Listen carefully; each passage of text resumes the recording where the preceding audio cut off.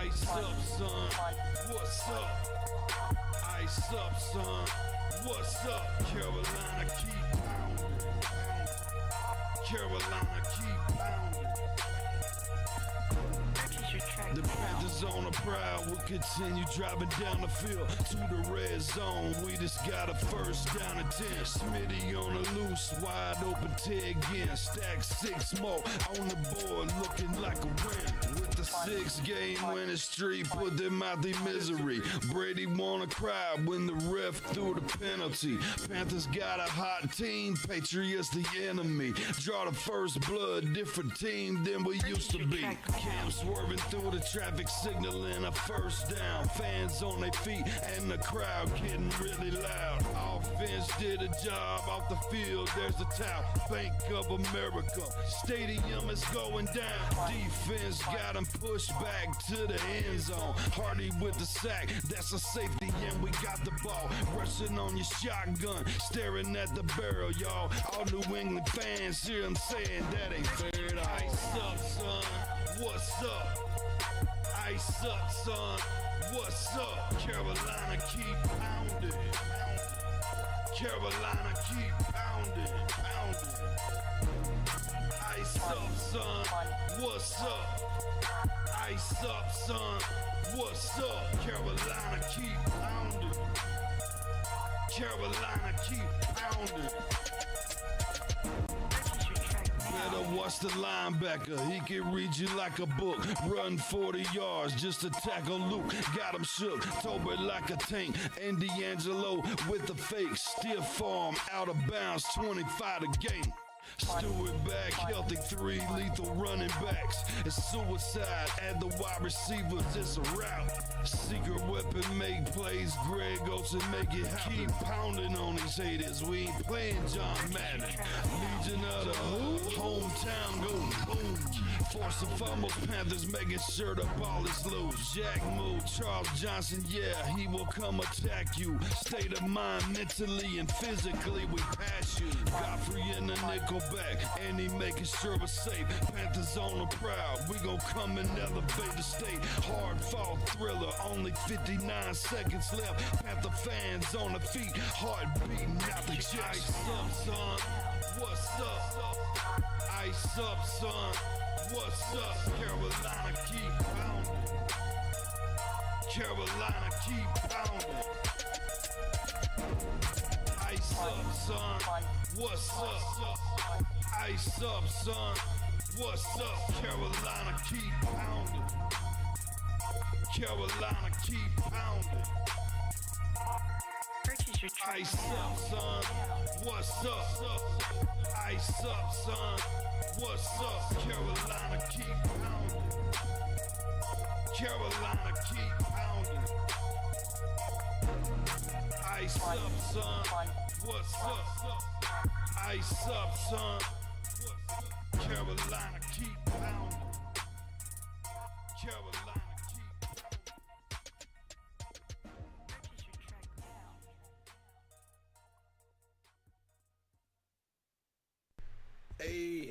Hey, we're about a week from the draft. What's going on, y'all? We're finally doing stream number 2 of the mock draft. I apologize for the lack of mock drafts this month. It's been a busy month. It's been a circus. So I'm finally getting around to it.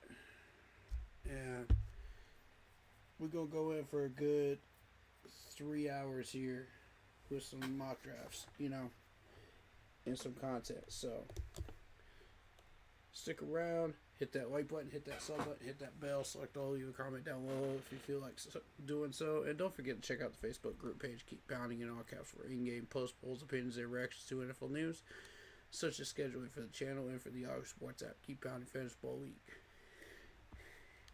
If you'd like to get your hands on an intro like the one you see on the screen, if you're a content creator, to enhance your streaming experience, go check out Lindara Ty on Instagram using her last name first, Ty, T-A-I Lindara, L-I-N-D-A-R-A, for videos, panels, etc. to enhance your content creation. Fair pricing, awesome to work with. Lindara Thai on Instagram. Go check out Vinny's Pizza in Duluth, Georgia, out in Dirty Bird territory. Best pizza in the Southeast, in my opinion. Free advertising. We're not sponsored by any of these people. Go check out Monster Grub and Sub out in Spartanburg, South Carolina. If you want to get yourself a tasty sub, delicious subs.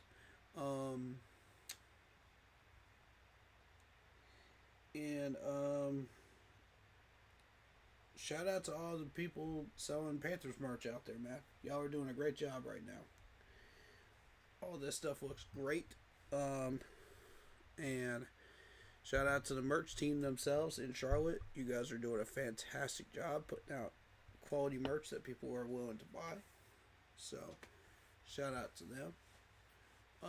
Shout out to all the other content creators out there.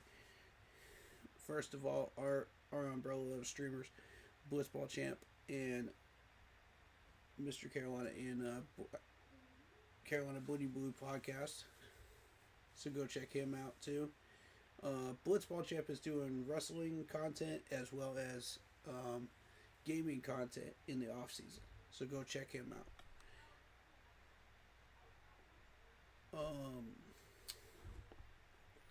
As well as other Panther streamers. You're talking about on 2020. You're talking about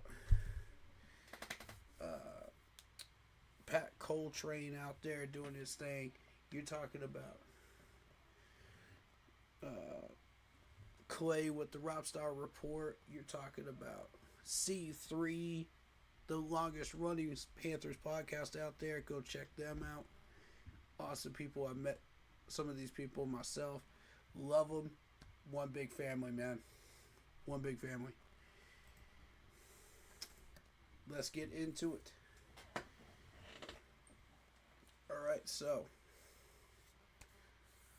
mock drafts.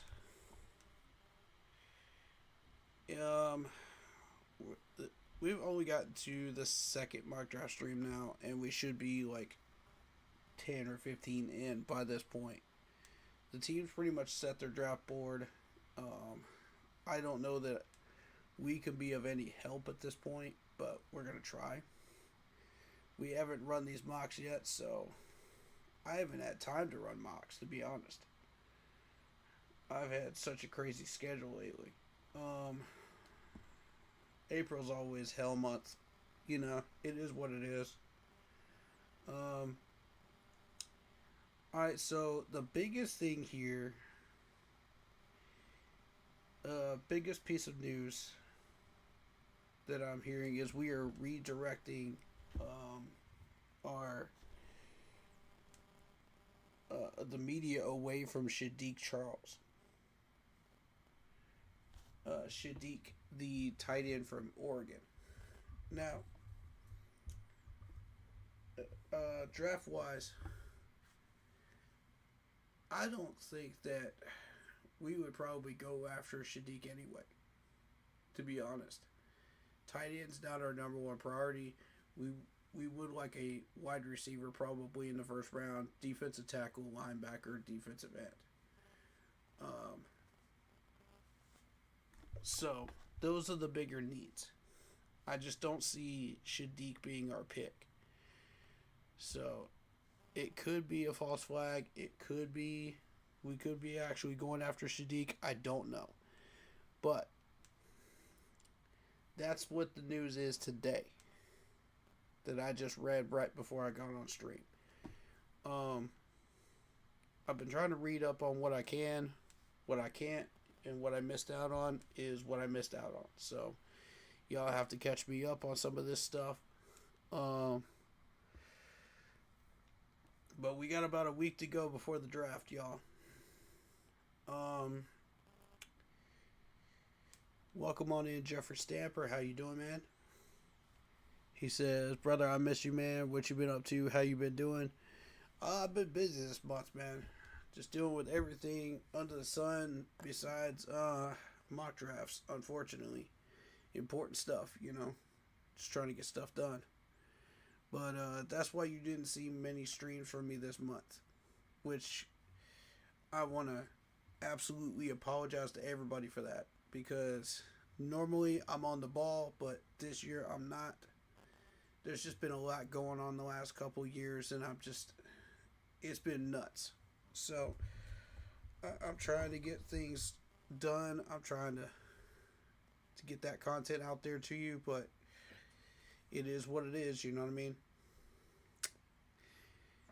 Normally I'm about 10 streams in with this stuff by now, you know, but 10, 15 streams in, because we're about a week from the stream, from the draft itself, and I'm usually like packed out with mock drafts in these streams. Like, I go all out with these streams typically.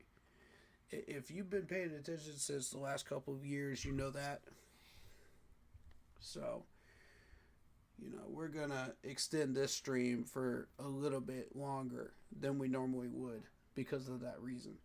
Because I don't know when I'm gonna be able to do another stream. I'm just being real with y'all.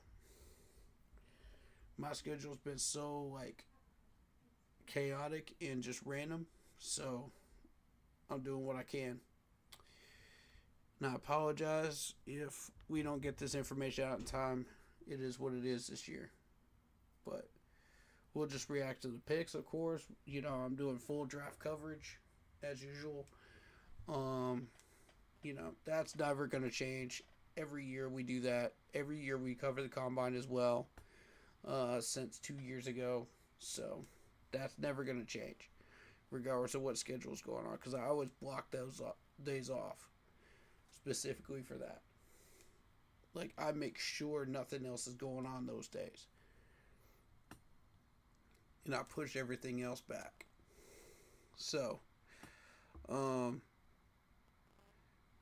because those days are straight up marathons. If you guys have been a part of those streams, you know. If you know, you know. So, Jeffrey says, I'm getting excited for the NFL draft. Thank you. Are you going to be a host in the YouTube when they do it for the Carolina Panthers? Yeah, man. Absolutely. I think I just answered that question a second ago, but let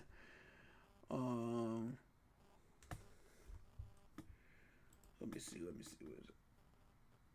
They got Denny's logos on both sides of the helmet. Do they? I didn't even see that. I missed a lot of stuff this month, man.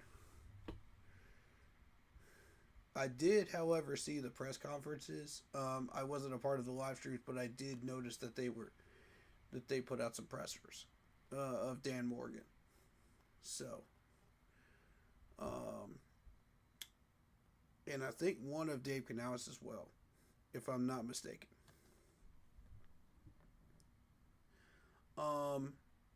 Here's the other big piece of news. Now, I don't know if this is the correct schedule release or not. Typically, they release these schedules after the draft is over. So we're going to see if this is correct or not. But I'm not putting money on it at the moment. Let me put this on screen for everybody. Because if this happens to be the correct one, this is going to be very, very interesting.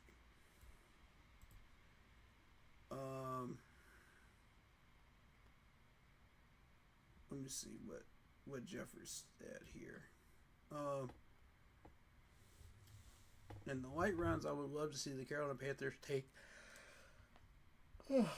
excuse me, another good quarterback that they would set the tone and feel like the city up with the Super Bowl and take the NFC South crown again. Well, we got Kenny Pickett. I don't know that we're going to go for another quarterback in this draft. That has been discussed. That has been brought up heavily. But I don't think that's going to happen. If it happens, it's going to happen late rounds. It'll probably be an undrafted quarterback. We'll throw him in as the third quarterback. Throw him in his practice squad. You know, that's most likely what's going to happen. All right, so you guys ready for the schedule reveal of FB schedules? This is what I'm seeing this on. I don't know if this is correct or not. Do not quote me on this, folks. Do not quote me on this. I have no idea if this is real or not. This isn't one of the sites I normally check on. And I was doing a little research on the regular site just to make sure. I don't think they put it out yet. Yeah, it hasn't been put out yet. So this is unofficial so far. As of right now. But if this happens to be correct, I think we could work with this. Alright, so you got the preseason opener Hall of Fame game with the Arizona Cardinals. That's been announced officially. That's an official game. Thursday, August 6th at 8 p.m. That's already been announced on NBC as well. So we know that one's confirmed. Now the rest after that point, we don't know if it's correct or not. I don't see us having the Falcons back to back. I don't see that happening. Saints, Buccaneers, it's too early for us to have all three of these opponents this early. So that's another reason I don't believe this. Plus, it's a lot of home games up here, and I don't back to back. You know, for 5 straight games. Actually, no, 6, 7 straight games. So no, I don't see that happening. Then you got Green Bay, you got Minnesota, you got the Saints, you got Pittsburgh, Tampa, Denver, Seattle, Philly. Now, the reason I'm pointing this out is, whether this be real or not, we would love to see the Eagles as Week 18. That would be fantastic for our schedule to see Philadelphia be Week 18, being as strong as they are. Because at that point, like, if this schedule gets mixed up just a little bit, you know, from what this looks like right here, you know, you got the Bears, Lions, Baltimore, Cincinnati, Cleveland, Green Bay, Minnesota, Saints again, Pittsburgh, Buccaneers down here. You know, that's right around the same area that we typically play Tampa in their home stadium. Denver, Seattle, and then Philly. So, again, this is not an official schedule. This is not legitimate yet. They will announce that after the draft. But advantage-wise, you would love to see the Eagles down here, because that game will not matter, you know, if we've already taken care of our business, you know, with the rest of these games, and done what we're supposed to do. Get 8 or 9 wins, you know, that game won't matter. Which includes a win over Seattle, which we weren't able to do last year.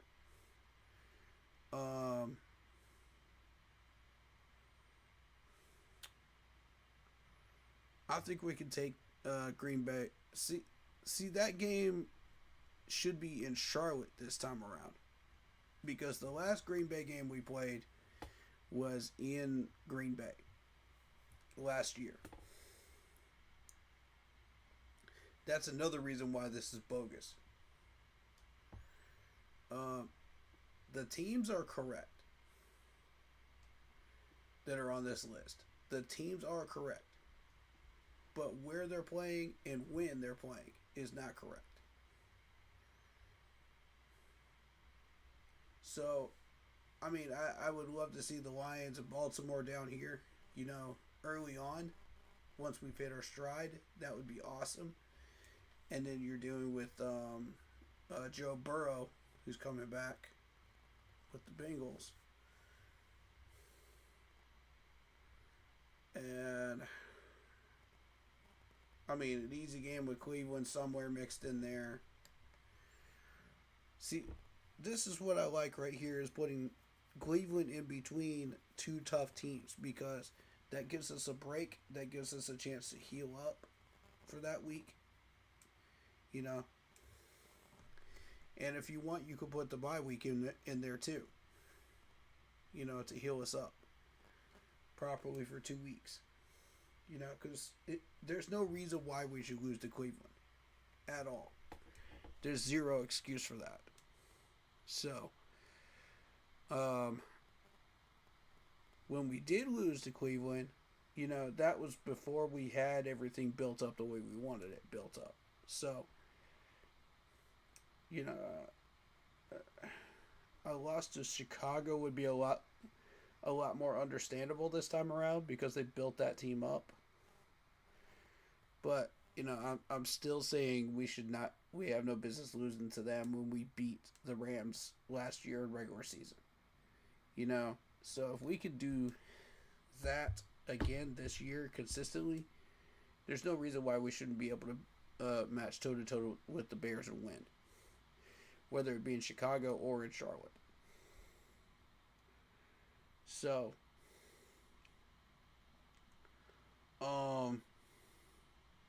Baltimore is going to be a problem because of Lamar Jackson. How do you prepare for that? You know,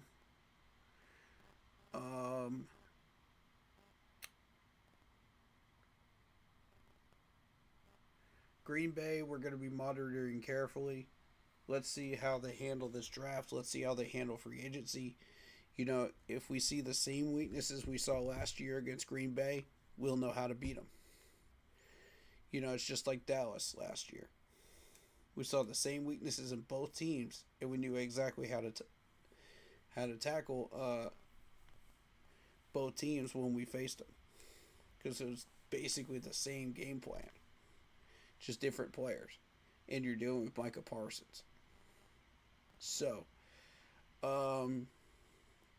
with the Steelers, it's kind of up for grabs right now whether that's going to go our way or not, because Rodgers is still making a decision in Pittsburgh.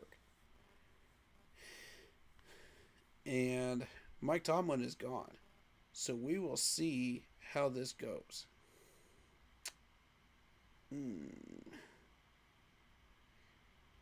Denver, we haven't seen in a minute. Denver is going to be an interesting one. I think we could beat them. It just depends on where we put them in the schedule.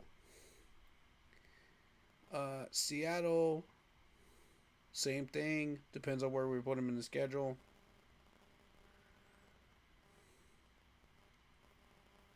Detroit is loaded. So I'm a little concerned with Detroit at the moment. And yes, they did lose a few pieces, but they're still building. And that's a very dangerous team. Do not sleep on Detroit. Or Chicago. Or you will regret it.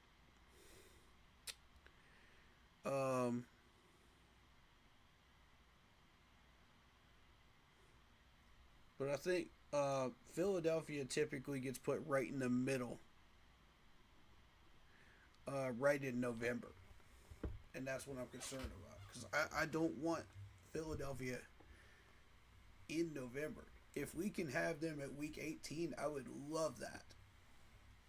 I think everybody here would love that. You know, because that game, win or lose, will not affect our record. You know, trying to get the division. You know, so we could just casually play that game and try to win it. You know, without having to worry about winning the division while we're doing it. So we could just go out there and give it our all, you know, with zero consequences. And that's what I'm hoping for.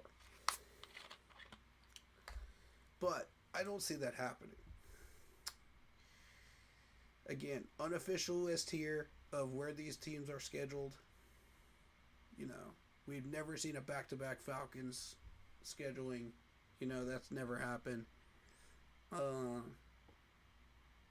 We've never seen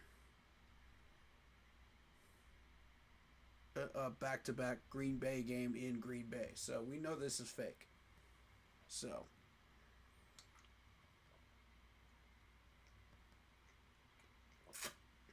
But you go on the website, the teams are correct. They are correct. So. We're going to see how this rolls. But I wanted to address this just in case some of these picks were correct. Once they release the schedule after the draft. And it should release within a week after the draft. Within a few days of it. So be looking for it then. I'll be doing a stream on it. As well as covering all of our undrafted pickups. So it'll be one whole stream of that after the draft is over.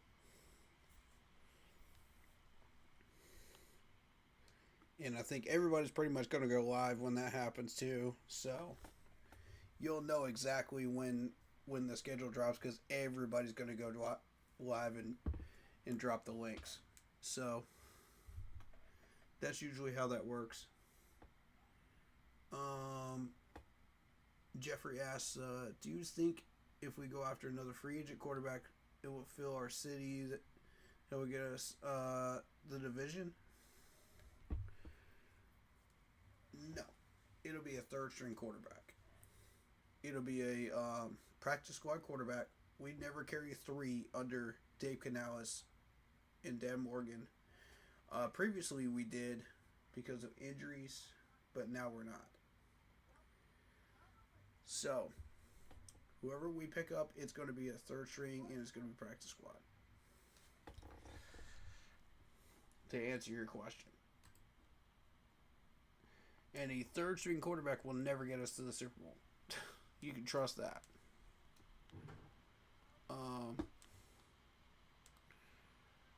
Alright.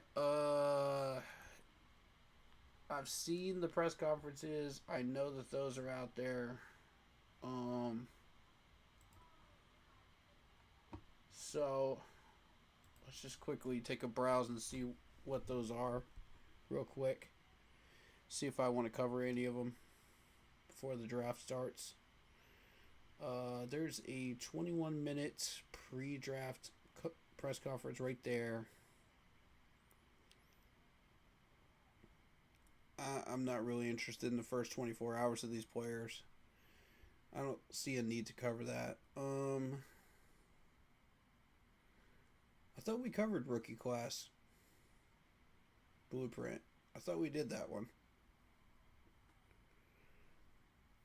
But eventually, my plan was to throw in one of these 2015 stories with each one of these mock draft streams, but I just never got around to doing any of these streams at all, which really sucks. Schedule just wouldn't allow it, you know. So it is what it is. This is the second stream, so we're about to get this thing rolling in a second. But I do want to cover these. Absolutely, I do want to cover these. We got about 4 of them. You know, they're real short. So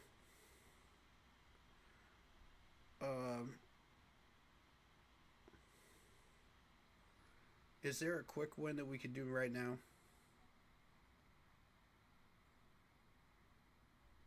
You know what? Let me ask y'all.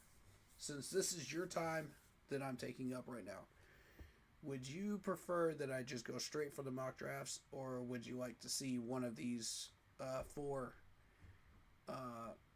2015 stories videos reacted to before we get started? That is your call. Chat, what do you think?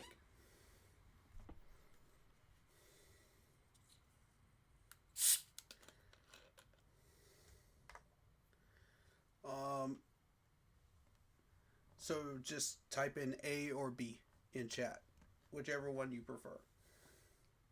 If you want me to go straight into the mocks, type A. If you want me to react to one of these videos, type B before we start the mocks.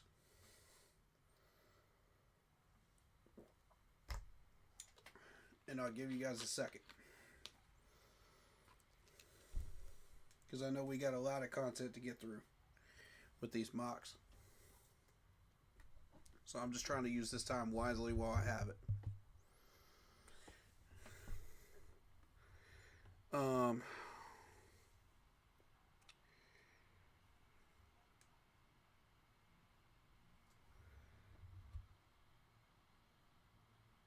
So let's see.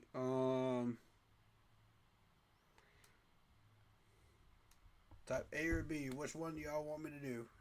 Do y'all want me to go straight into mocks, or do you want me to react to this first episode here of the 2015 stories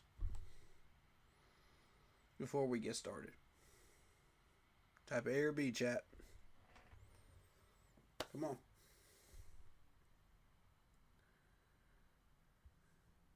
I'm going to give y'all 30 more seconds, then I'm going to choose.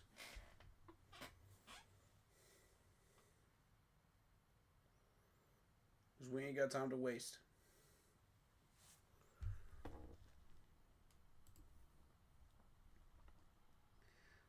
You think we're going to be out there looking for another running back like Powerhouse one? We have Jonathan Brooks coming off the injuries. So, we have Chuba and we have Brooks. It's unlikely that we go after a running back, powerhouse running back, but I'm not ruling it out. I'm not ruling it out completely. I think first 3 rounds you need to attack pass rusher, definitely linebacker as well. But defensive tackle, that is the choice of Dan Morgan there, as far as what we decide to do with that one. And whoever we pick in this first round is going to dictate how this path moves forward. You know, there's about half a dozen doors that we could take here with this mock, depending on the first pick. And I'm going to run through as many of these as I can today.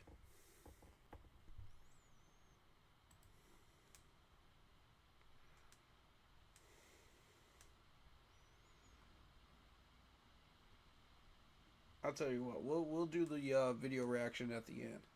That's what we'll do. We'll just jump right into this because I want to get straight into this content. I want to get right into it.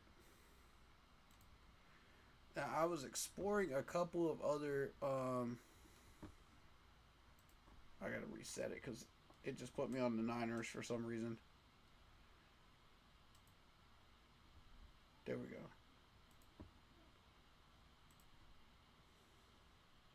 Alright, there we go. Alright, so for this mock draft, we're going to explore where we don't make any trades. And we just pick what's on the board. Okay? So, because of the limited amount of time and how many mock draft streams I've done so far, I can't exactly lock anybody in for a mock today. But if you're interested in doing that for 7 rounds, let me know. Alright, Jeffrey says A. We're going into drafts. Mock drafts. Alright, we'll cover the 2015 stuff later on. I might make like a separate stream for that, maybe, with some other content. We'll see how that goes. But I do want to cover it. Because that is important. Knowing where we came from, you know, as a team. How we were built, you know, to get to the top of the mountain. You know, that's a very, very important thing. And that should be definitely looked at.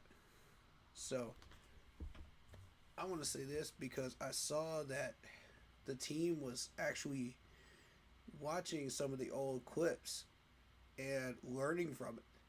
You know, the staff, the players, stuff like that. We're actually watching some of the old tapes, and I was like, excellent, because that's the crew you want to learn from. They set the bar for everything, and that's what the bar we're trying to reach.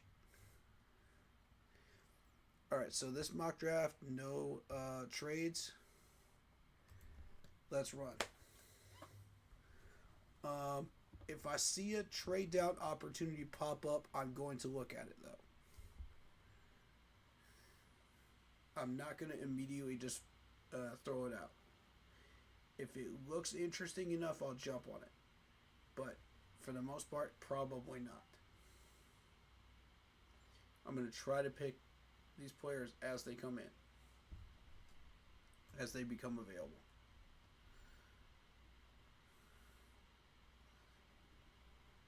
And the point I'm trying to prove with this is I've done a handful of these mocks off stream to where I made 0 trades. And this is very odd for me.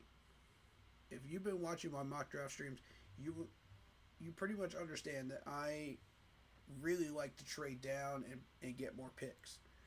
That's been my strategy. And that's been Dan Morgan's strategy too.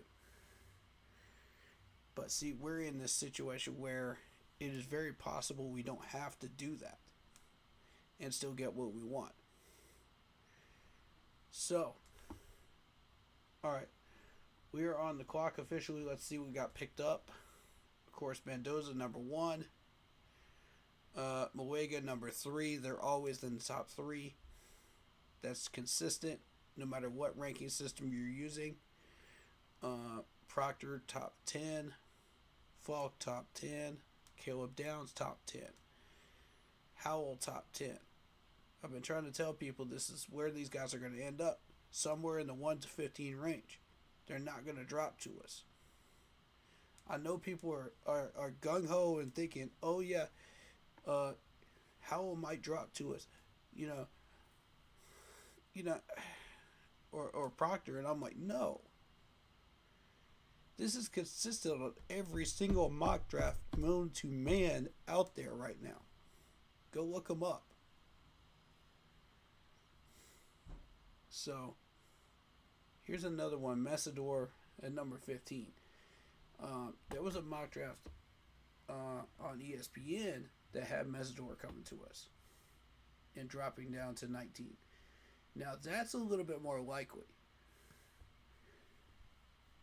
Slightly more likely, but we don't know. You know, after 10, it can go sideways real quick. It can go any number of directions. So, I want people to understand, you know, same thing with Lemon. Same thing with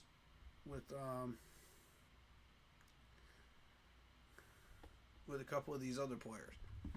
So, taking this pick at 19. Clock starts right now. Let's go. Run the clock. We got Sonny Styles. We got Anthony Hill Jr. We got Jacob Rodriguez at linebacker. Edge rusher we're looking at. Mason Thomas. Overton down there. I think it's a little too early for edge rusher. Caden McDonald sitting here at number 19. And then you got Brandon Siss down here as well. I'm throwing him on the list. Now at wide receiver, you're looking at Casey Conception. Omar Cooper Jr., who had a 30 visit with us. I think for me, it's between Caden McDonald and Sonny Styles and Anthony Hill Jr. for 19.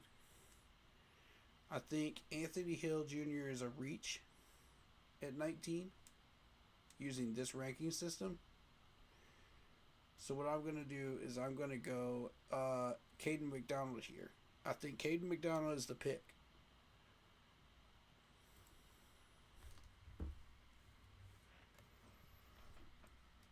Now I'm going to tell you why. 51. When we go to 51, you'll see why. I'm going to show you these defensive tackles again. Because this defensive tackle list is thinning out. Now you could go Casey Conception there too. That's a fourth option that you're sitting on. at 19. So we'll run a mock with him too. Because that's a very real possibility. We've been scoping out KC Conception quite a bit. I don't know that he's going to be the pick, though. Like I said, it could go any number of 6 different ways, depending on which door you choose with pick 19, based on what's on the board. I think there's a 0% chance we move up, because none of these teams will take two first round picks. So, keeping that in mind, you're looking at any number of 6 different players for pick 19. I gave you about 4 or 5 of them. Shadiq is the 6th one. That's the one we've been talking about. Now keep in mind, the Falcons are sitting at 48. Look who they just picked. Omar. I'm a little concerned about the Falcons, man. I'm telling you right now.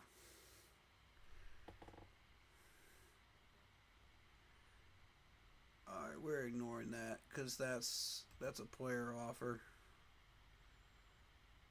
Patriots move down pick to 63. Also gives us a 95 and a 171. A 4th year next year and a 7th next year. Now, I'm going to tell you, I like this trade offer. I like this. This would be the time to move down. Because if you're targeting certain players here in the second round, there's a lot of these players that are still going to be around at this particular time. So 63. Let's see who is still here real quick. Now see, if you miss on Caden McDonald, you're looking at Christian Miller, you're looking at LT Overton at defensive tackle. Edge rusher, you're looking at Overton. Linebacker, you're looking at Anthony Hill Jr. Jacob Rodriguez.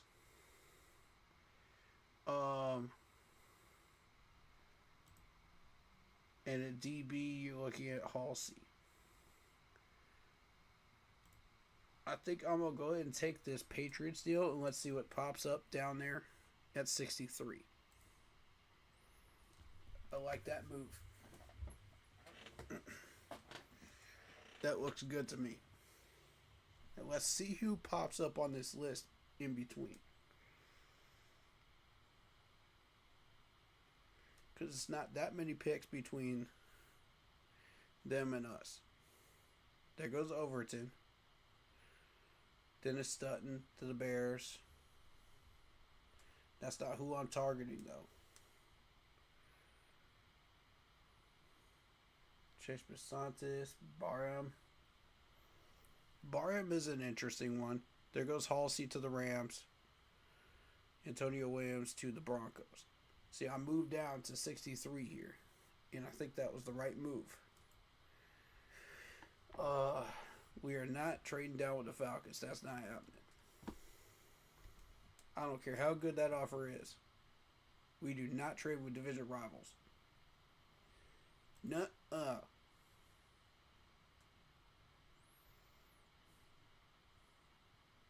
Y'all can take that offer right back where you brought it in and shove it. Alright, so we still got Anthony Hill Jr. We still got Jacob Rodriguez, I think, linebacker here at 63. We still have Mason Rieger here. We got Kamara. I haven't really looked at Curry yet. Let's look at Curry. 11 sacks. Good tackles. Good solo tackle numbers. Measurables are a little less than what you'd like. But look at the percentages. That's what I'm looking for right there. 86, 94, 93 in tackling, pass rush, and run defense. So, who are they comparing him to? That's what I want to know, because I'm not seeing the comparison list. That's what I'm really interested in. Nope. No comparison list. Ooh. Okay, so Curry is an option now at 63. I think linebacker, or based on the number that Curry is. Okay, so in an actual draft day, Curry, I don't know what ranking system you're using, so you're not looking at 132. You're probably looking at what? 110? 115 range? You always got to put the 15 pick rule in there, for those situations, because you don't know what's going to happen. That's still good for 83. That's still good for 95. I think we're not going to push the 95 on that one. We're going to push 83 if we're going to go after Curry. And I think that's the right move. These defensive ends are moving fast. So I need to see linebackers again.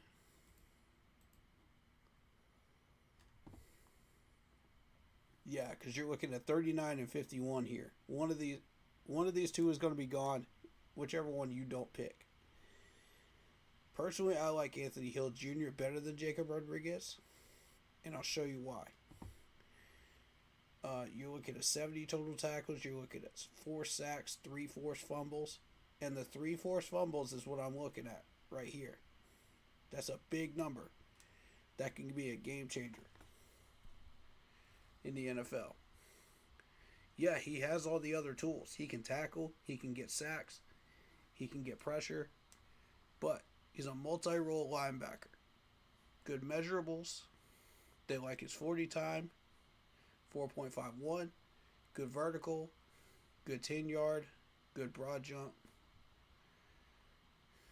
And look at these percentages. These are really good. 90% on tackling, 74% on pass rush, run defense 91, which fits a 3-4, and coverage is at 72%. So yeah, I really like Anthony here. I'm going Anthony with the number 63 pick. Because that profile shows me that Anthony Hill can cover. You know what I'm saying?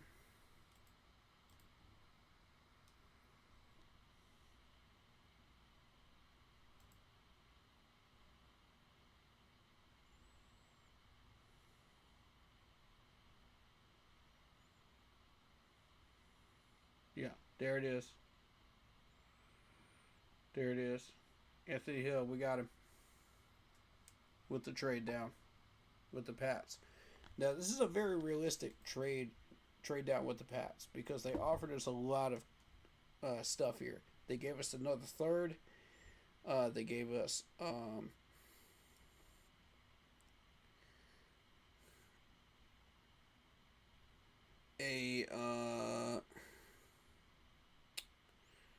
another fourth here and a seventh, which is realistic trade value.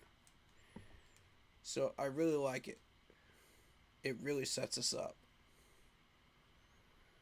So let's see what got picked in between. We started at round 2, right?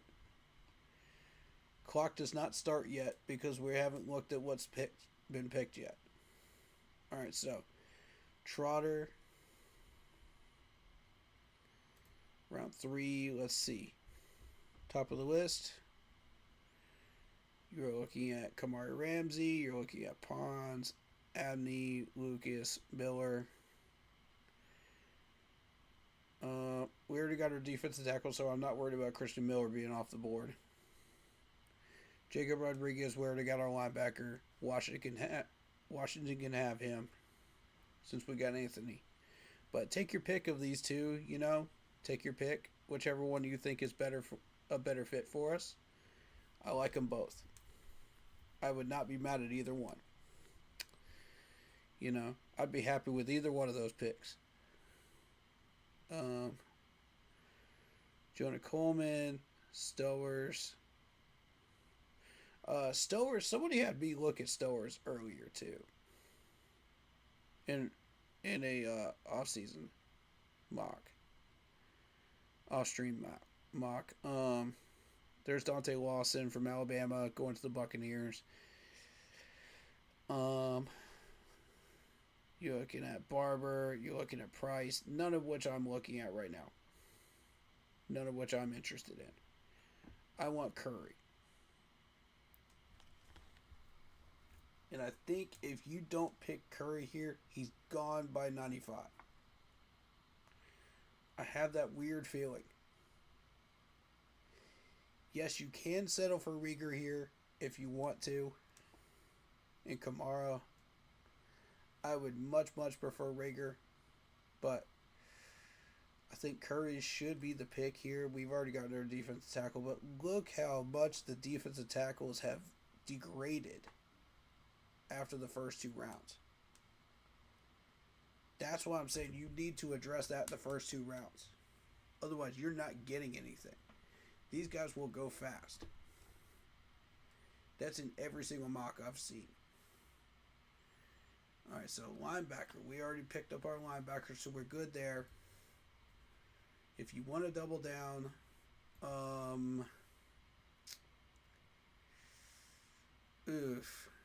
don't know, y'all. I don't know.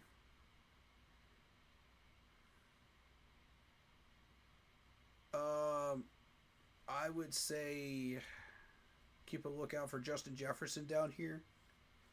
But he's around pick 208 in this list. He'll probably be about 120, 150 range on actual draft day. My guess. Based on the number there. But we don't know what the numbering system is that they're using, so we have no idea. All I can do is just project and guess. Take an educated guess. Cade Kubiak is here. And he does fit our system of the RPO spread. I will say that. Because Clemson only runs the RPO. That's all they do. Now, if you look at a wide receiver, you're looking at Zachariah Branch. He's still here. I think he's gone by pick 95. I think what we're going to do, I'm not going to mess around. I'm going to go and get my pass rusher. I'm going to get Curry.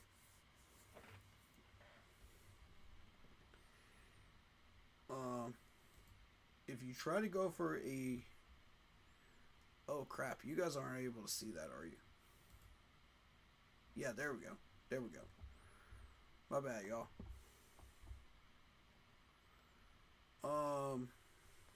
What about quarterback in the light rounds? What do you think? What if we did pick one? Like I said, practice squad guy. If we do pick one. I don't recommend it anything before 6th round.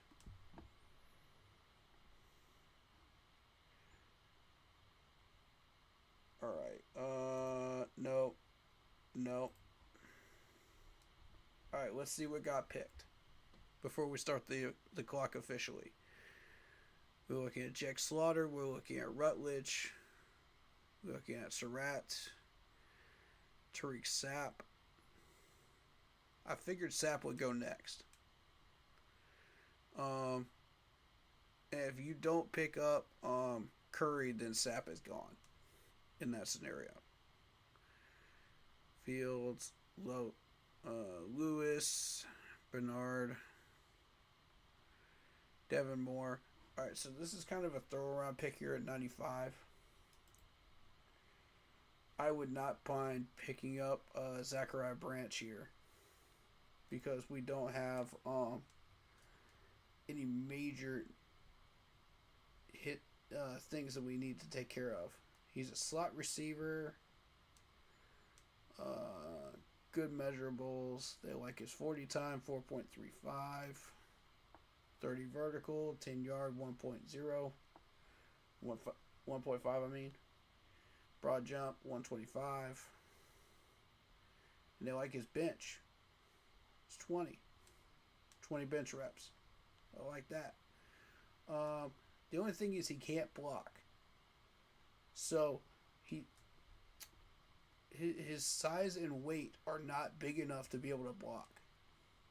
So if you want to put him in blocking schemes like a screenplay, you might be able to get away with it. Maybe. But like, we would be using him more for just unilateral purposes, as far as route running. I like him as a route runner. Those are really good percentages. They have a comparison for him.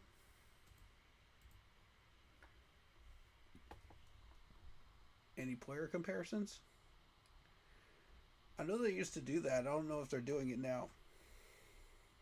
Doesn't look like they're doing it now. I like him though. Many people have said they want a replacement for XL. I would like an upgrade on David Moore. That's my opinion. A lot of people don't share that opinion, and that's fine. But let's see. Let's see if there's anything that would stop me from getting that. Ooh, Rager. You know what?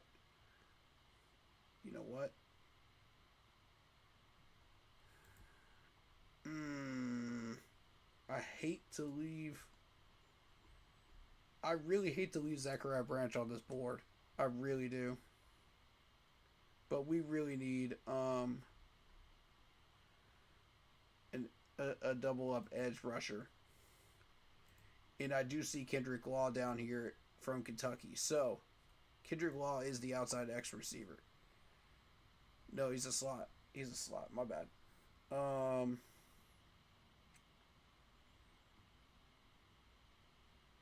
Jeff Caldwell. Jeff Caldwell is an outside.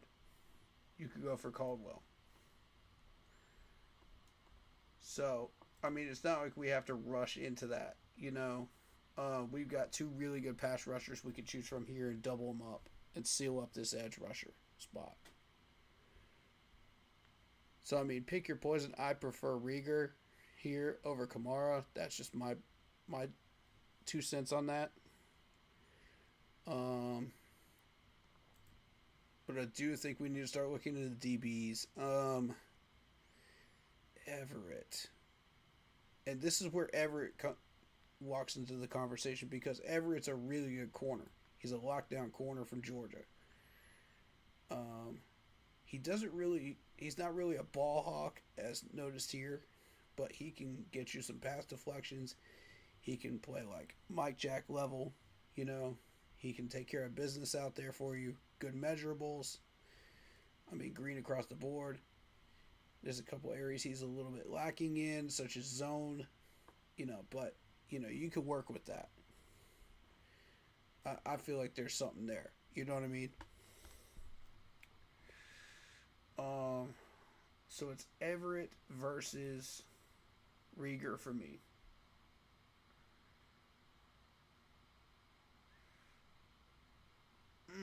Rieger might go off the board before I pick again at 119. But I got Curry. And I'm happy with Curry. I think the move might be corner here. I don't feel that Everett's going to last too much longer on this board.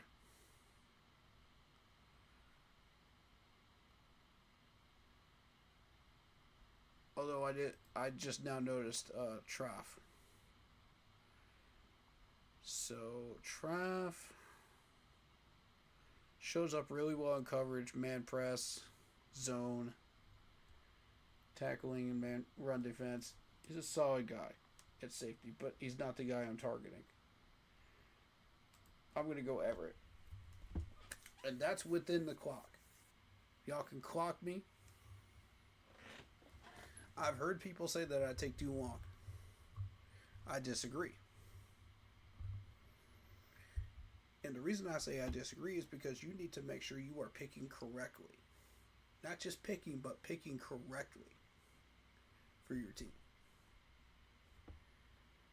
Because anybody can pick a player within that time limit. But are you picking a quality player that you are happy with, that fits what you're looking for? If you've done your research, you've already got your draft board. You already know what's going to be on there. That's why these draft picks go so quickly on draft weekend, because they've already had like months to plan this stuff. They've already figured out, if this dude's not here, we go to number 2 option. If this dude's not here, we go to number 3 option. On down the board. So.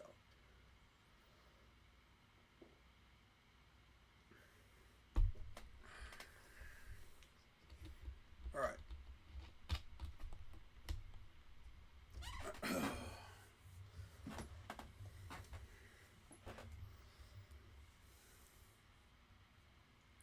Now, we got a 119 pick. Let's see what happened in between there. Before we officially start the clock for the next pick. So we're looking at Stribling here. Ooh, Panthers just released a new blueprint episode of Bryce Young's 400-yard game. That's cool.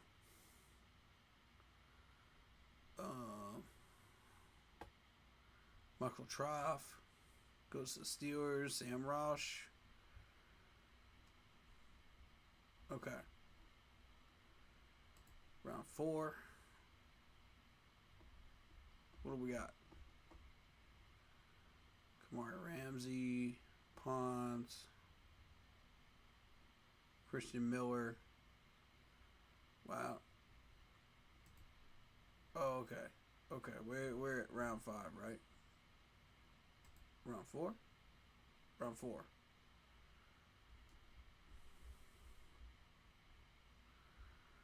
Round 4. I'm trying to get back on track. I'm sorry. I lost track of where we're at. This website freezes up. You can't figure out where you're at.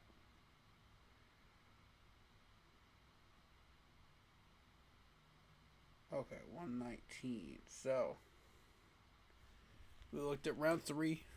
Now we're looking at round 4. There goes Cade to the Jets. Let's see. Malik Muhammad to the Browns. They don't know what they're doing. They just pick randomly. Not surprised. Grayson Halton goes to the Broncos. That's another name I've got on my list. I've been keeping an eye on him and where he ends up on these drafts. Jalen Farmer, Justin Jolly. People have been mentioning Justin Jolly. Goes to the Buccaneers there from NC State. Bowery goes to the Lions. Now watch out for the Lions in these drafts, because whenever the Lions have a pick right before us, do y'all remember what happened with Penei Sewell? And we ended up with J.C. Horn. We still ended up with a real nice silver lining pick, but Penei Sewell, I'm still mad about that one because he became a Pro Bowler. They stuck him at right tackle. And he should have been a left tackle. But for us, we had our eyes on that dude that year. Still salty about that one. But whatever. But yeah, whenever the Lions are ahead of us, keep an eye out. They will steal your players.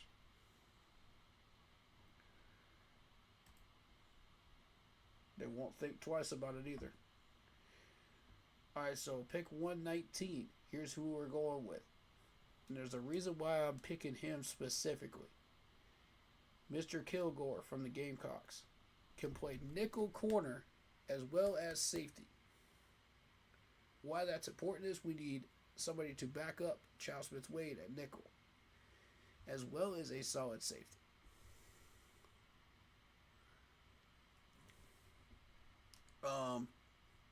And we dipped our toes into the South Carolina well a lot. I think great measurables here. He can also play slot as well. So he's multi-dimensional here. And I really like this dude. I really see a lot of upside here with this pick right here. I think regardless of whether we trade up, trade down or not, 119. If we do trade down, we need to pick up Kilgore at 95 if we're trading with New England. The reason I say that is because even if you miss out on Everett, you could still get a good corner later on. But right now, the focus is on Kilgore. You have to lock him in. You cannot miss on this. You can either get him or Bud Clark or Genesis Smith. Now, since I went for Dylan Everett, I'm not looking for my other corner option at this point. So what I'm looking at is Kilgore, lock it in. I'm not even hesitating on that pick. Lock it in. I already know what I want. I know you saw my message yet about the football helmets, black and blue helmets. Yeah, I think we'll probably have one game this year where we have black and blue helmets again. The black helmets.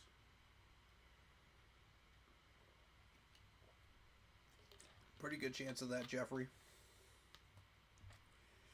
I mean, since Dan Morgan has taken over, and I think this even went back into Scott Fitterer area, we had those black helmets, and I really liked it.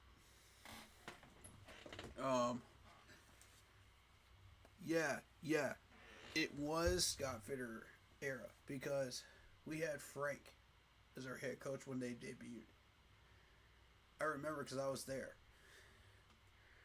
It was a Falcons game, if I remember right.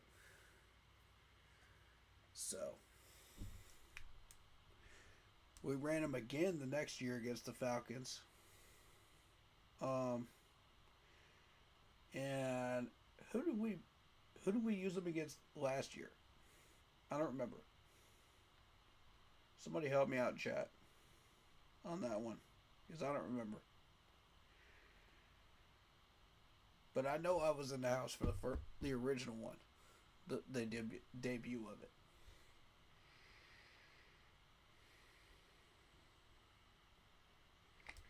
All right, so I already know what I'm doing with my first two fifth rounders here. I'm not even going to hesitate. I already know what I'm looking at. Since you have that 171 from the trade down, we might be looking tight end right there. We'll just see what pops up. I feel like we can run it back with the tight ends we have, though.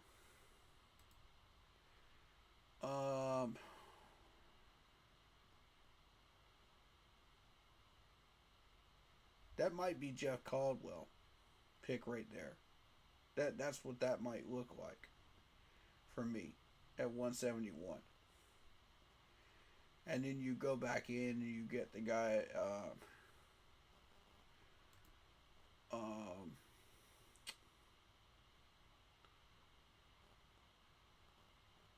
Justin Jefferson if you want him. But I think he's going to go way before 200. But this is just this ranking system. We're going to pretend like he's gone off the board by 200. We're going to use that official board. You know, that's what I've been doing. So, since we're doing that, I would have dropped Everett, and I probably would have gone for my other corner option because of the ranking system. So, for this pick, this is where you start to get a little bit more aggressive with the offensive line.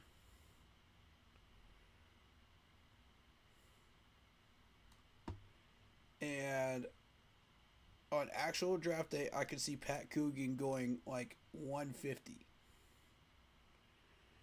So I think it's going to be tough, man. We got that 119 right there. But we got to lock in Coogan. This dude can play both guard spots and center. I mean, it's a no-brainer. You got to pick him up. You do have the option of DJ Campbell. I feel like that might be a trap, though. If you're going for Coogan, you've already got both guard spots locked up.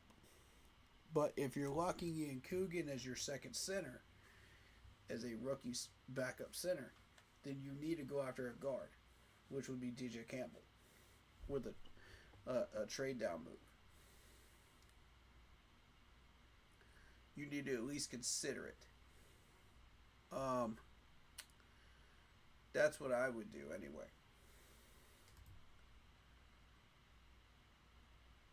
However,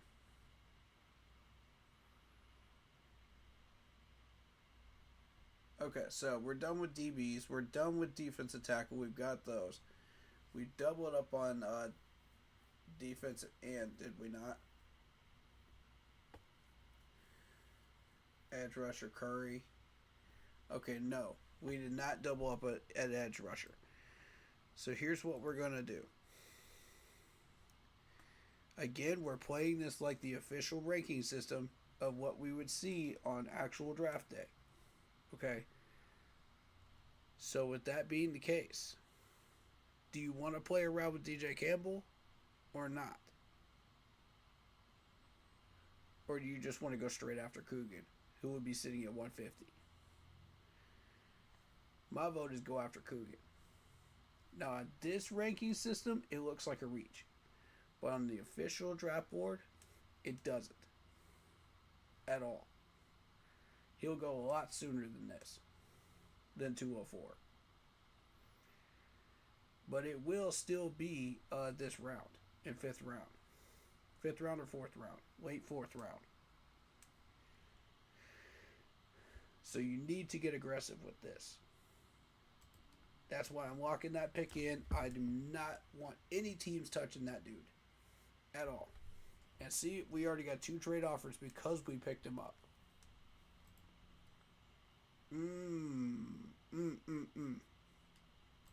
Y'all see that?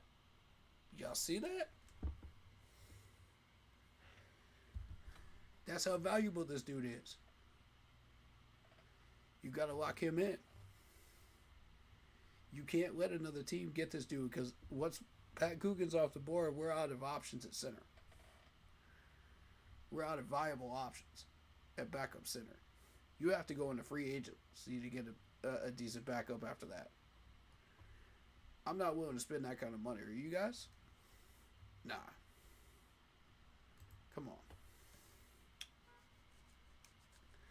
Alright, so here's the question. Do you go after DJ Campbell here at 159, or do you leave him on the board?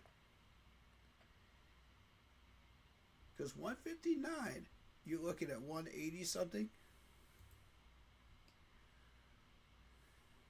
You're looking at 189. This is about the time that DJ Campbell would drop. And if he's still on the board, after going after Pat Coogan, do you grab him to solidify your line and lock that in? That's a good question, right? That's a real good question. I'm going to be real with you because there's nothing stopping me from getting him. Except for locking in another linebacker Trey Moore from Texas. And Justin Jefferson here.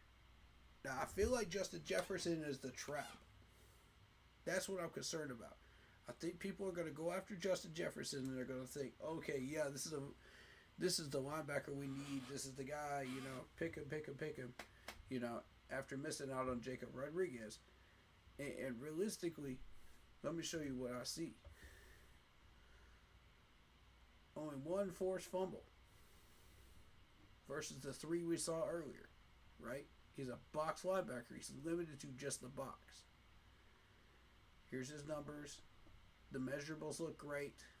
They like his vertical. They like his 3-cone. They like his 40. His hands, shuttle, everything checks out. You know, here's where we got a problem. Look at the pass rush. Look at the run defense. Does that fit a 3-4? Y'all look at this. Does this fit a 3-4? That's what I got a problem with. Now he's still going to get taken at 150. Because you're not going to ignore this dude.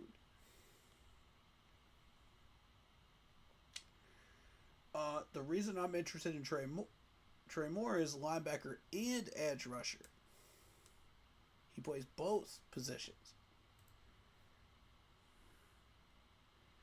Now check this out. The numbers don't really stand out too much, but he's a multi-role linebacker. Look at his 40 time. Look at his vertical. Look at his 10-yard. Look at his broad jump. Look at his hands. That's what I'm looking at right there.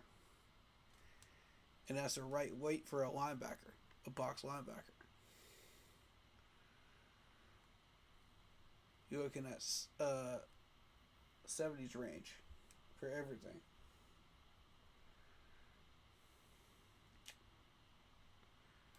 Yeah, he's a little rough around the edges, but I like him. Alright, so I used a lot of that clock time to just explain this dude to you and why I like him. So with this pick, you're getting both. You're getting an edge rusher and a linebacker. I'm going Trey Moore. And that's the right move. You could go DJ Campbell on this one and solidify your guard position. That's an option too.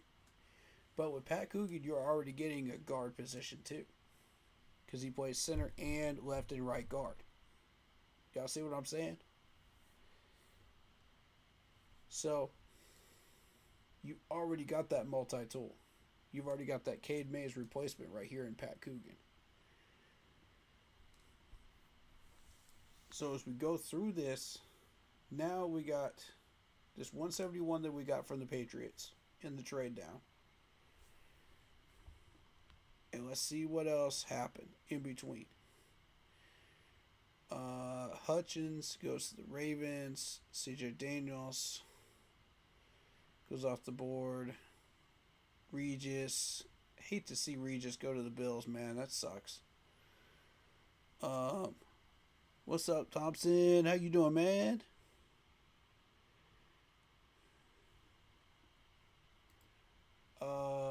Let me see here.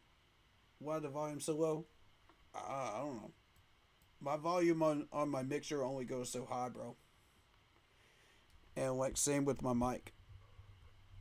It's the best I got, man. Turn your sound up on your device, man. Whatever you watching it on.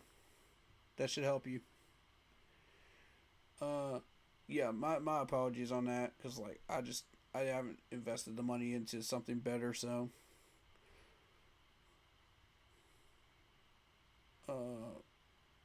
Either next year or the year after that, I'll invest in something bigger. Once I've got the money to do that. And the budget of money to do that. But, so you got Xavier Harris here. You got Wesley Williams. Cameron Ball. See, look at all these defensive tackles going off the board right here. That's what I'm talking about. After a certain point, all these defensive tackles are gone. you're not getting good quality. Alright, so let's see. Yeah, DJ Campbell's still here. I'm going to go ahead and get you. It's either that or a tight end. I'm not really feeling what's left on this board. I like Kanak from Oklahoma. Or Kanak. However you say his last name. I never did get the correct pronunciation of that.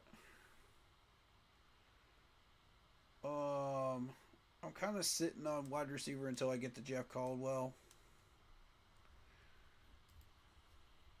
Quarterbacks are basically a wash at this point. Running backs are still slightly interesting. You still got McGowan. But I think... Do we need a double up here? I don't think so. Not unless you roll in Jefferson. Demonte Jackson's a good corner. You could run him if you wanted to. But I think the move here for me is going to be DJ Campbell. I'm going to seal up this offensive line. I want that sealed up by pick 200.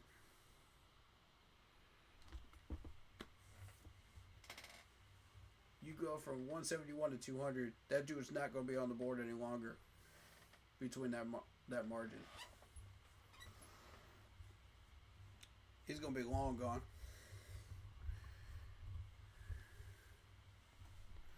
I'm surprised he's still on there right there.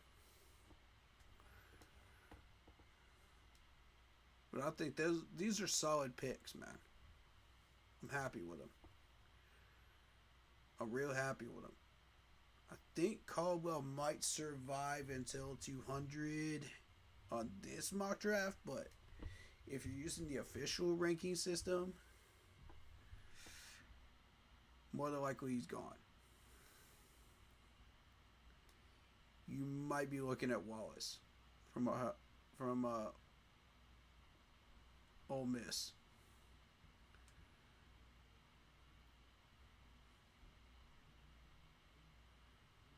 So, I mean, like, I don't know who you want to run at wide receiver. But that's why we're doing another mock where we take Casey Conception too. It does push the defensive tackle further down. It pushes the edge rusher further down, but, I mean, you're still getting some good quality.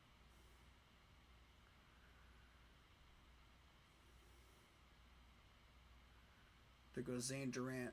Ooh.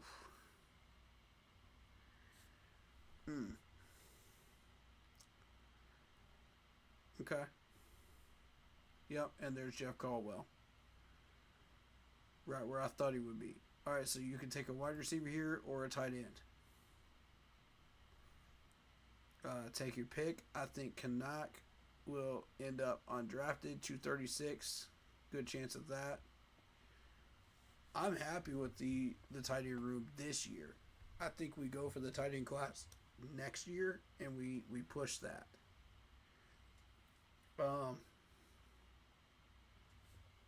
Because we won't have as much to deal with next year, and we can just put that in as a luxury pick. You know what I mean? To fill to upgrade. But my whole thing is like, y'all are giving up on Mitchell Evans that quickly, though. You know what I mean? Like, I don't know about that. I don't know about that.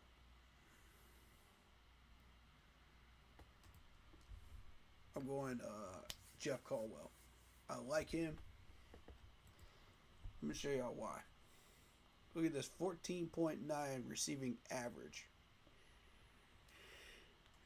32 catches, 478 yards, 6 receiving touchdowns. 6'5", 216.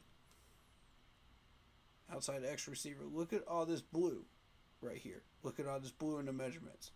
That's what you want to see. this late in the draft, this is what you want to see. I doubt this dude is sitting there this late. I highly doubt it. The problem is the percentages here. You know, you got short receiving, intermediate routes, deep threat percentage, look good, but look at the hands percentage. Look at the blocking percentage. There's your issue. And that's why normally I wouldn't take this dude, but,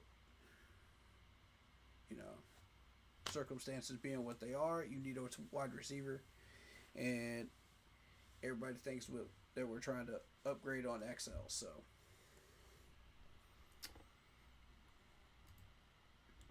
Everybody's pretty much giving up on this dude, you know, of a certain group of fan base, in the fan base, you know what I mean?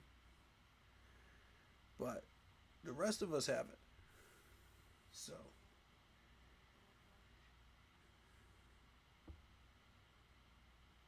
Now, me personally, if I was Dan Morgan, I would give XL another year.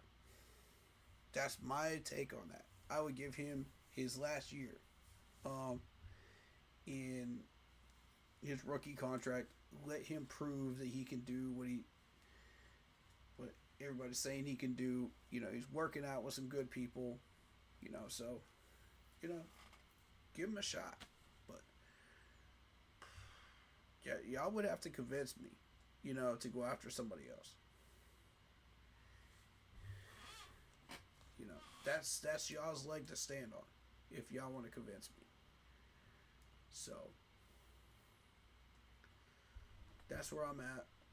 Alright, so I could easily see us going Caden McDonald first round. You know, defensive tackles are going to go flying off the board in the first 3 rounds. I mean, that's just a thing that's going to happen. You need to address defensive tackle, linebacker, and defensive end early. You could kind of sit on linebacker and defensive end a little bit, I feel like, and still get some good options. But, you know,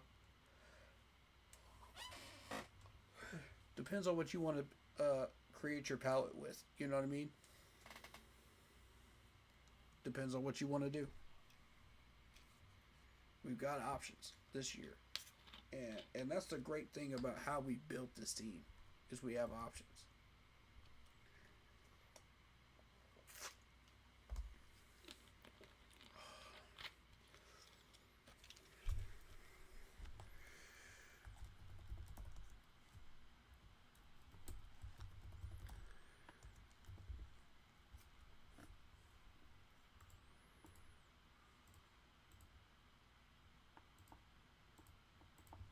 Done. Alright, cool.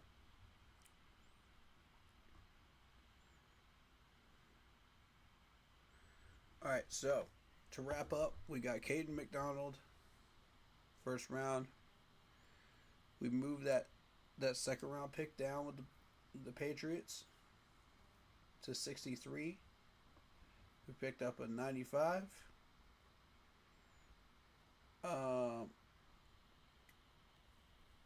A 171, a 4th round next year, and a 7th round next year, which is an excellent trade value for that second round pick of 53. Alright, so we went after Anthony Hill Jr. He was still sitting there.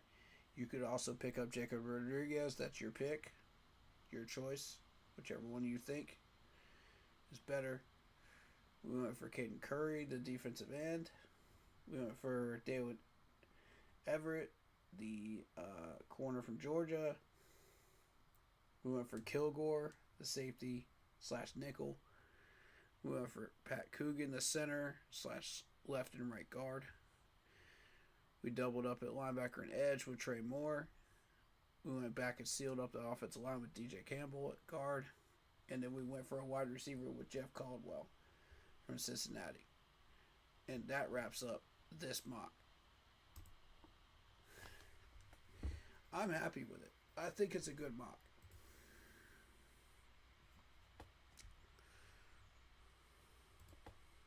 Now, yes, it's going to look like the same players a little bit, but we're going to run it back. This time we're going for KC Conception. And I'm going to show you the difference.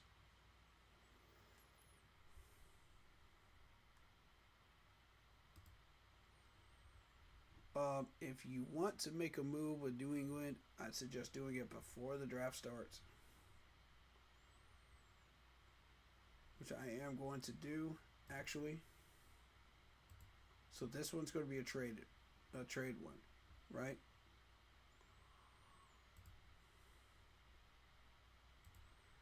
I'm going to move that 19 down.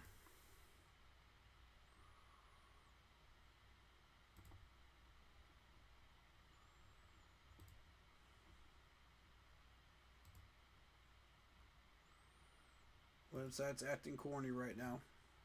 There we go.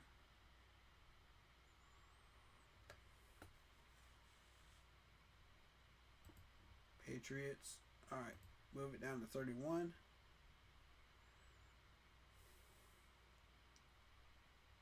I want your third.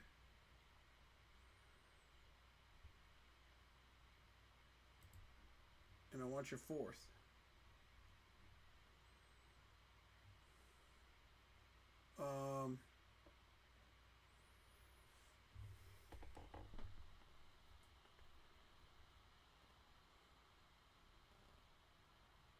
And let's say a 6th round next year. I think that's proper value, right? Moving down from 19 to 31. I think it is.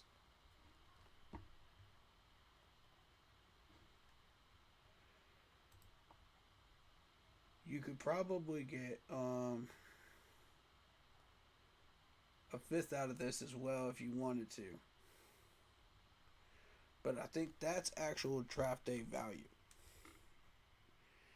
If you're really looking at it. Because I've seen some crazy stuff go on with trade values lately. And when you're trading within the draft, that value gets a little bit smaller than outside of the draft. So if you're trading before the draft starts, you could probably throw in that 5th. And probably get it. Or you could run 2 6s for next year out of the New England. You know, either way, you're getting the same value. So let's run it. Let's see if KC is still on the board at 31. I'm very, very curious.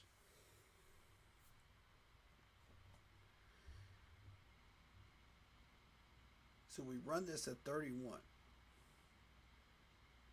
We pick whoever is on the board at 31. BPA at 31. Out of our targets. Falk, top 10 again. Downs, top 10. There's Howell again, top 10.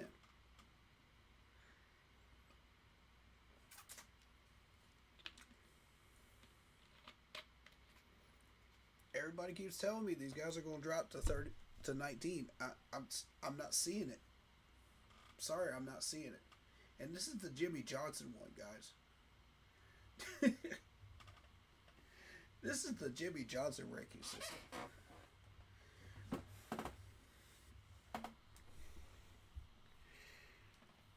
Oh, gosh. Lemon at 19. See, Lemon is a lot more realistic. I could see Lemon sitting there at 19. Caden McDonald would be at 19. See, this is consistent right here. KC Conception would be there.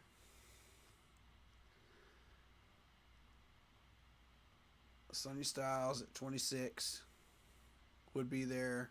Blake Miller. Blake Miller's been talked about too. I vouch for Blake Miller as a Clemson fan. If you want to go for him, I say green light. There's Shadiq.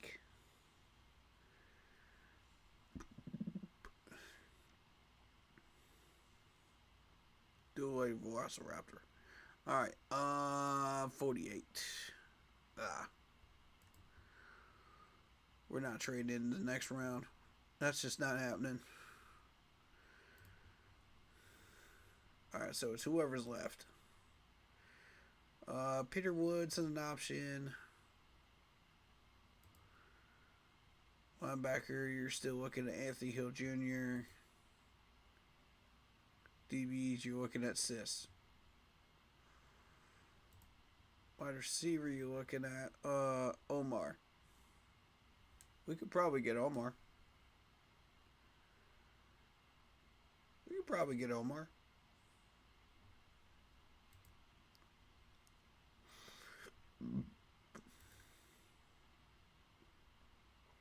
I just don't see us getting a first round quarterback. I just don't see that happening. Tight end, I mean, you already took Shadiq off the board, so you know, do you want to go?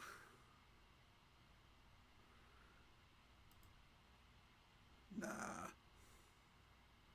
Chris Johnson's still there. That's slightly interesting.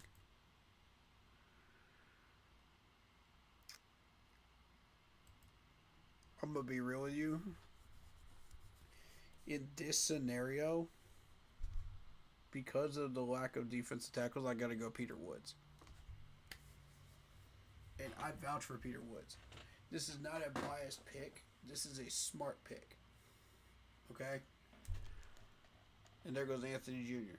Alright, so we still got Jacob Rodriguez. As long as he doesn't pop off before 51, we're good. You could have gone Anthony at 31 if you wanted to. That is a thing. There goes Malachi Lawrence. Okay.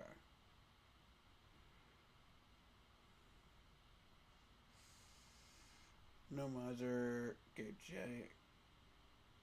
Jacos, CJ Allen, Chris Johnson. Falcons get Omar. Okay, so be aware. Falcons get Omar. They have him on their radar. Omar is on their radar. So if we don't get Casey Conception, that's a thing, man.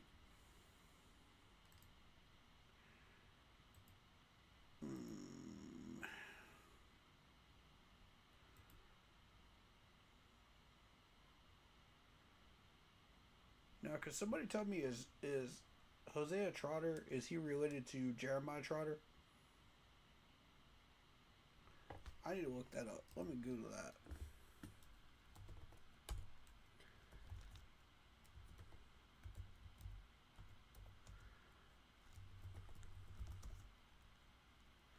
Yeah, somebody already Googled it. Look. Yeah, he is related to him. Oh, snap. Oh, snap. Okay. Y'all see this, right? I knew I wasn't tripping. Oh. Let's see if he's anything like his dad. 84 total tackles, 43 solo, 2 sacks, 6'2", 237. Box linebacker. Good measurables. Everything but block, but coverage. He's a 4-3 guy. Y'all remember who his dad played for? The Philadelphia Eagles, right? I'm going Jacob Rodriguez. We need that linebacker. We need him bad. That's the right move. Based on what's on this board, yeah, that's the right move.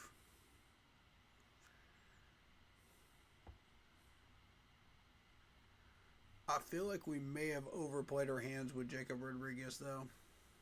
That's what I'm concerned about.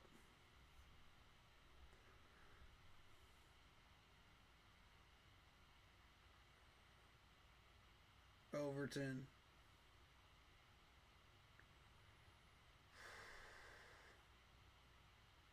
There goes Halsey. Okay, that's fine. We're going for Kilgore anyway.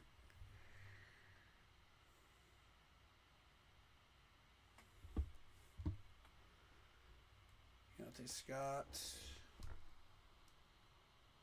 Trotter goes to the Raiders. What a waste. What a race. Well,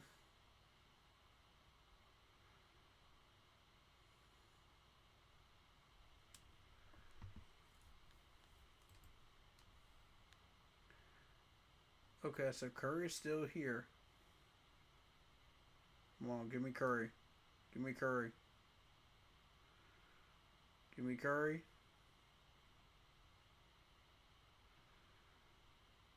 Curry the one I want.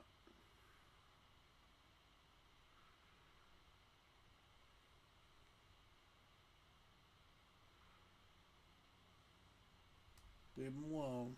Leave him alone. Leave. Curry it is. Boom. Hey, look at this. We're already getting an offer from the Packers. We get a 5th round pick out of that? 2 7s? I like that 5th. I'm not going to lie.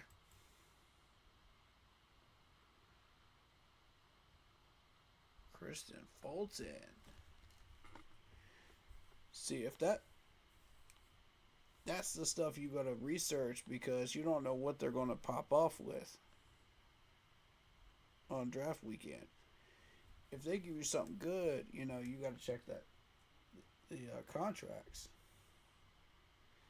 and see that you're not getting cooked by it. And I feel like I'm getting cooked by this one. So back to the 153. I could do a lot with that 153. I'm not even gonna lie.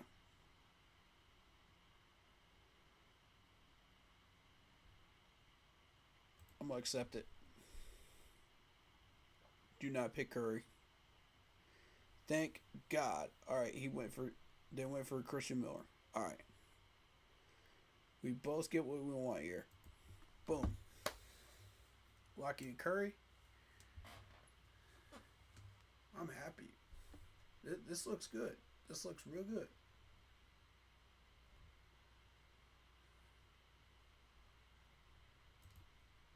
This looks real good. You think Lawson will sit? Nah, he's gone. I think Rieger with this next pick.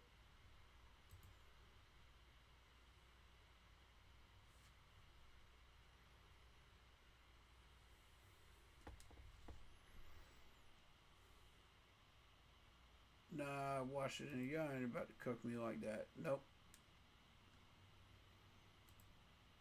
Get the heck out of here. I'm not moving down. Really? Really, Cowboys?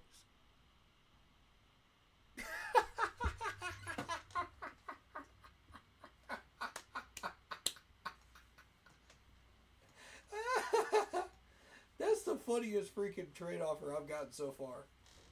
That's a good one. That's a good one right there. See, that's that troll offer right there. Come on, Dallas.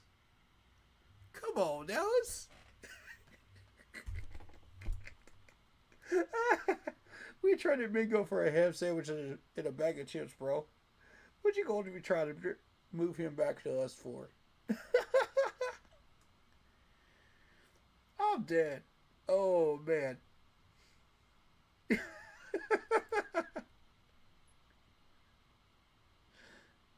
Oh, man, that's a dumb stuff right there. Oh, wow. Alright, back to business. We got Everett at corner. We could double up at edge and get Rieger. But I think we'll get Rieger next pick, though. No, because we got to go Kilgore. Yeah, I'm happy with that. I'm happy with that. We don't need to go Rieger on this.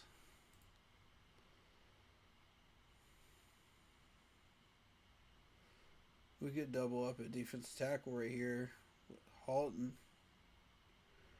I just don't see the need. Zachariah Branch is still here. I think Zachariah Branch is the troll. The trap here. That's what I'm feeling.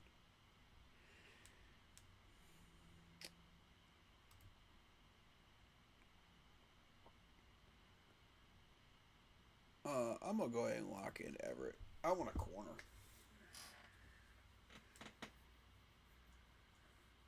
I'm going to lock in.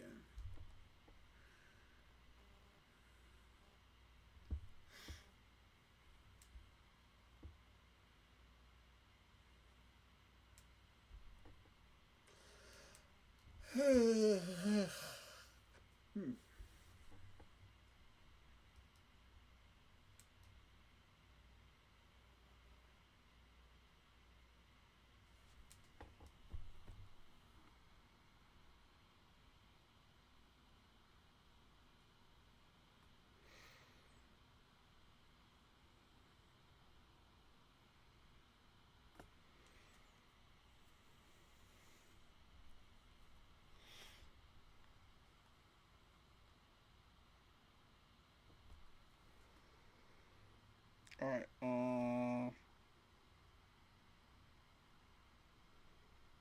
Gotcha.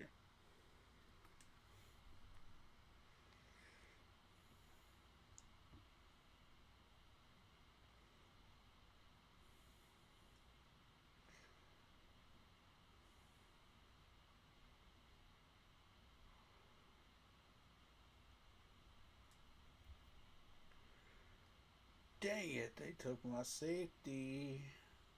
They took Kilgore. Who got him?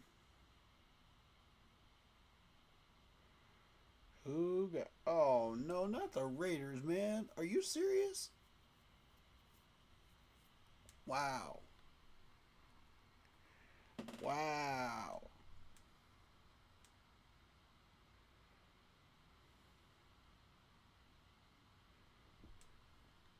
That's wild. All right.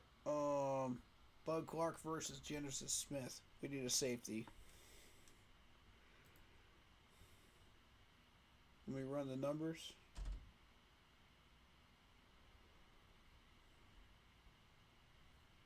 Numbers look good. Measurables look alright. Percentages look great. I'm feeling Bud Clark, honestly.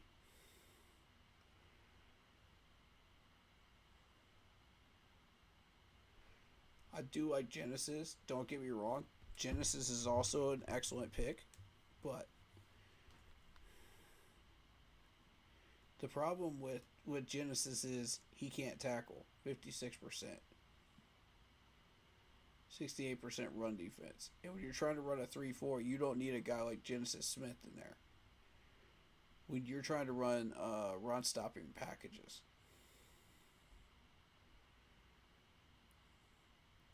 So, yeah, it's Bud Clark for me. If we don't get our nickel corner, that's fine. You know, we got Dylan Everett, so I'm happy with that. If we get a shot at Julian Neal, I'm going to take it.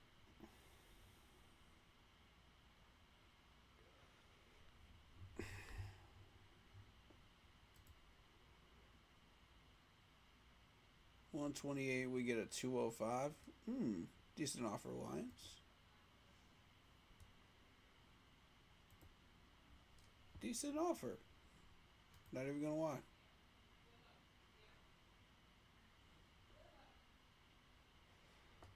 Alright. We got one pick before the fifth round. Fifth round we go in on offensive lineman. It's just all offensive lineman fifth round. I'm not even gonna play around. Fourth round. I feel like Trey Moore is the pick.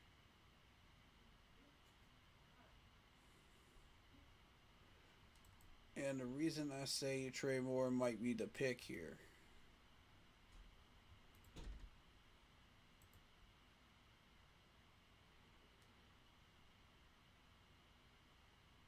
is because you want to double up at linebacker and defensive end.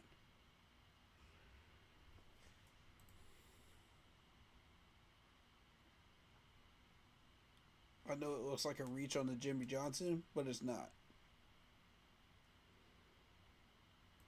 It's honestly not. I like this move.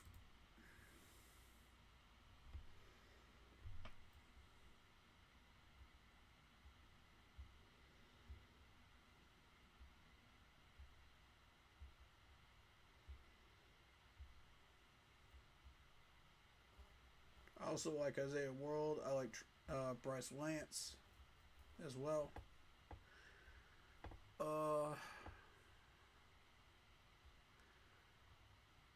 I like Fitzgerald.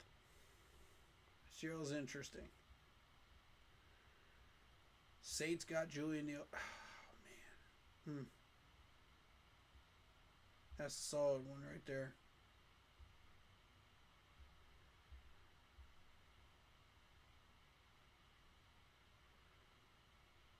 That's alright, though. I mean, we're doing pretty good. I'm pretty happy with this. The reason I went Peter Woods at 31 is that was BPA. You know, it had nothing to do with the fact that it was Clemson. Well, it had somewhat to do with the fact that it was Clemson, but I'm not biased. But that was BPA.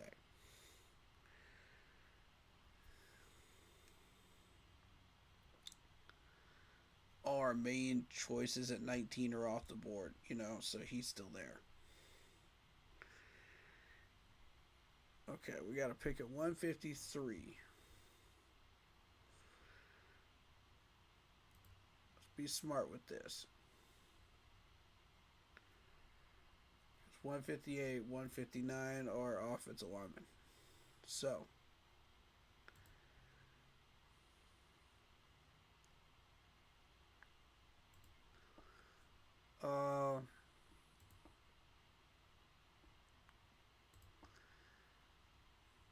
is there anything that's really standing out to me at the moment that we could solidify?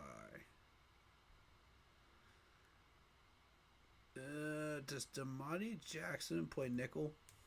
Can he play nickel? No. Man. We would have to groom somebody for backup nickel.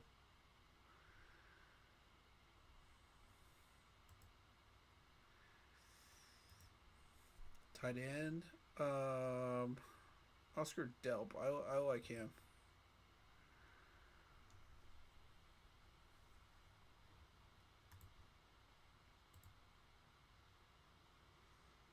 C.J. Daniels.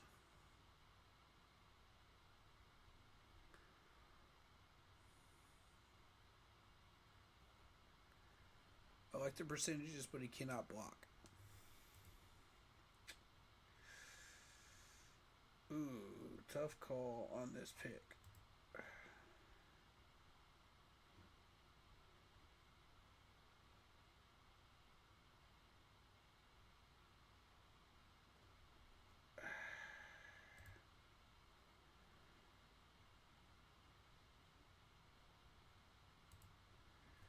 One Hutchins. Okay, Hutchins was that. Okay.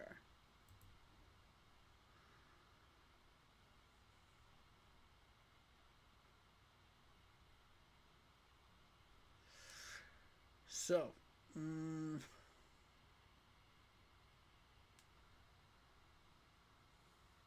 you know,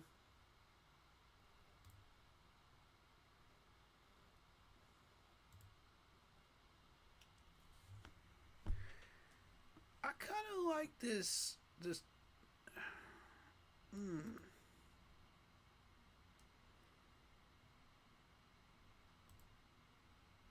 Dang it. Justin Jefferson, you putting me in a tough spot, buddy. You really are. I don't want to have to pick you, but I'm running out of good options.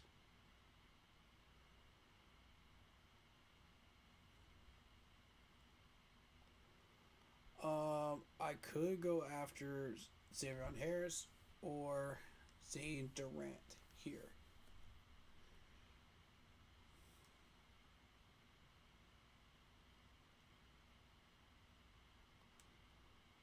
Hmm.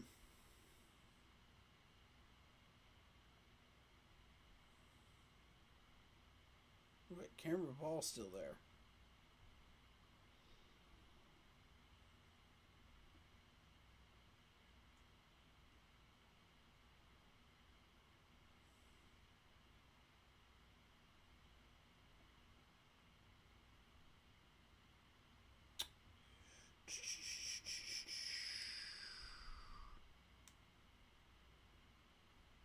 You know what?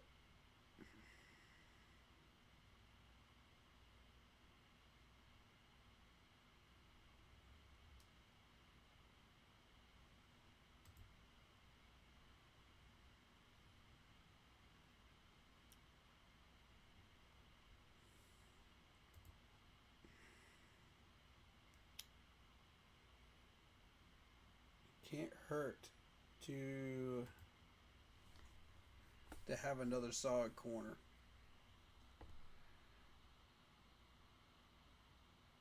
I'm going to Damani. I think let's lock up that corner room since we're not getting Avion Terrell. I think that's the move. I'm happy with the tight end room as is.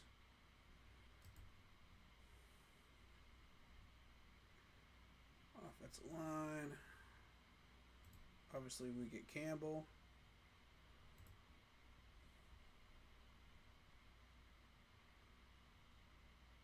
And we go Coogan. Boom.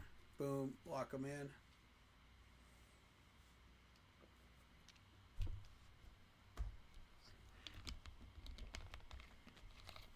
Those are the main two.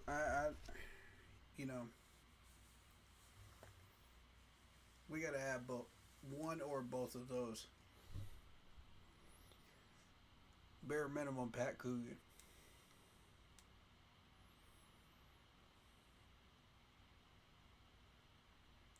You're going to start seeing me put him in literally every draft because, like, that dude's got to come to us. Him and Kilgore both. Now, DJ Campbell you can play around with, but, like, Coogan's a baller. Kilgore's a baller. You got to have both.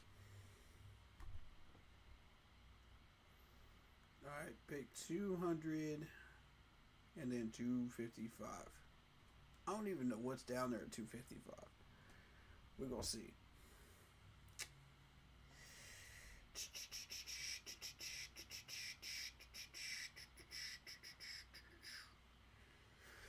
BPA, I think.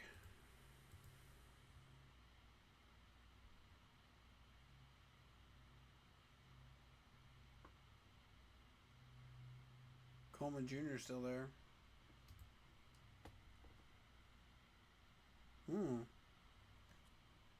He's a slot though. Reggie. Reggie, alright. Wouldn't have been my first choice.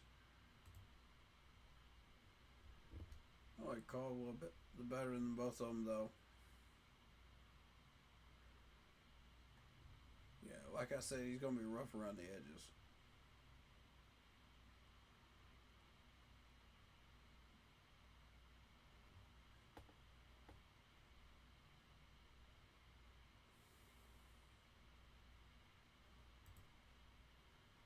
As opposed to Mr. Law here. Good percentages. You know what? I'm going Kendrick Law. I'm going to change this up. I'm going to go Kendrick Law. I just think that's the right move. Based on what's out there. Yeah, you had Justin Jefferson again. Like I said, Justin Jefferson might be a trap. You had Zane Durant. You could go for Zane Durant if you wanted. But, like, speed alone does not prove to me that he needs to get drafted here. You got to be able to run, like, laterals. You got to be able to run cone. You got to be able to do all this other stuff, man. On the field drills. That's how you're going to impress me. And show me that you got more than just a one-trick pony.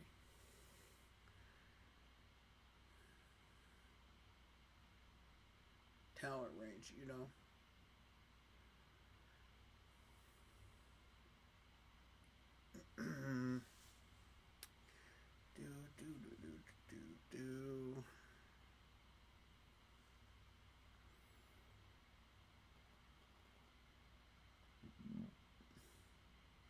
In every one of these scenarios where you trade down with the Pats,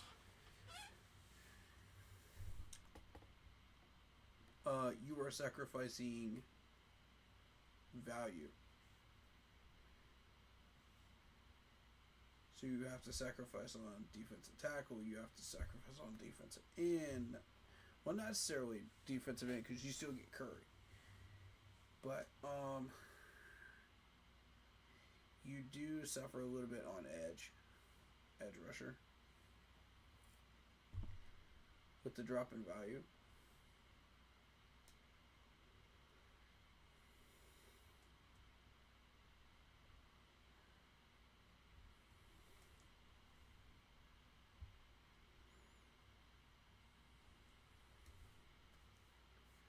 Where do I not feel completely solidified?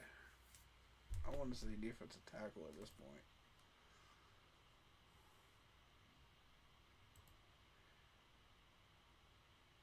Because I see Jordan Hall sitting here, man.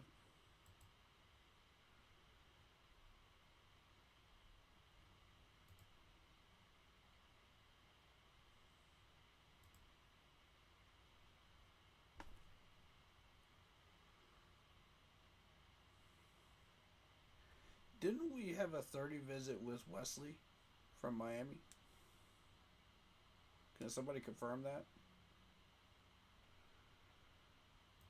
I feel like I read that somewhere.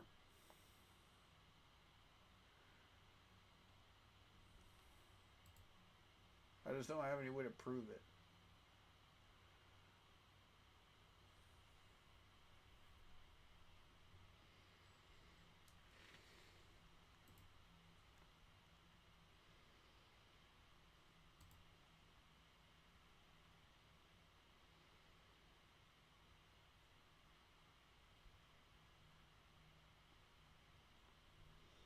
Hmm.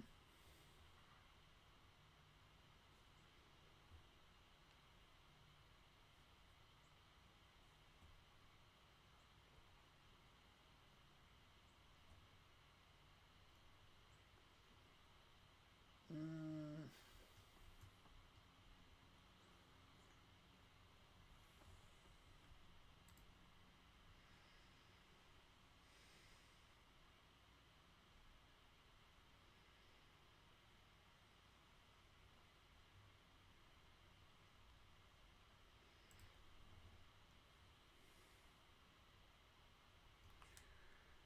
I'm just not seeing anything that really stands out to me.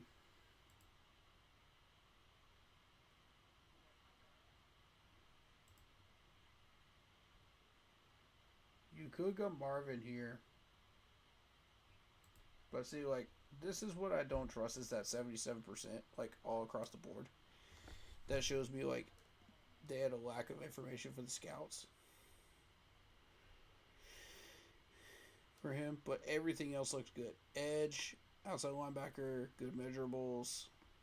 It's at 77% across the board in percentages. I don't don't fully trust that.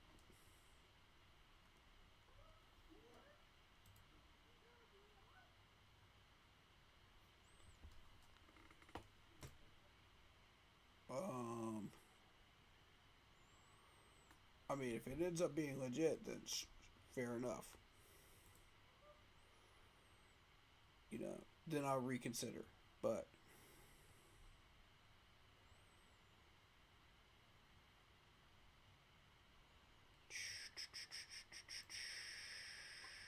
I think I'm overthinking this. I think I need to just go Wesley and just finish up with the linebacker. I think I am overthinking this. Nah. Jack Kelly. Ooh, we got 10 sacks.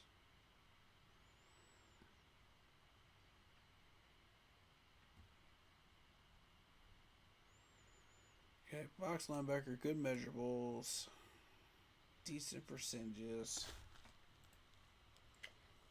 Not what I'm looking for, though. Coverage linebacker, not what I'm looking for.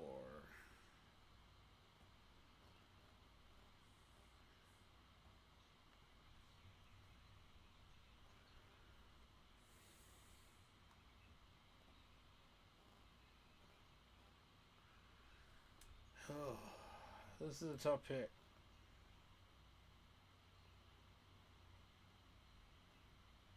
I'm gonna have to go Marvin. Because he's linebacker and edge rusher. That's a double up.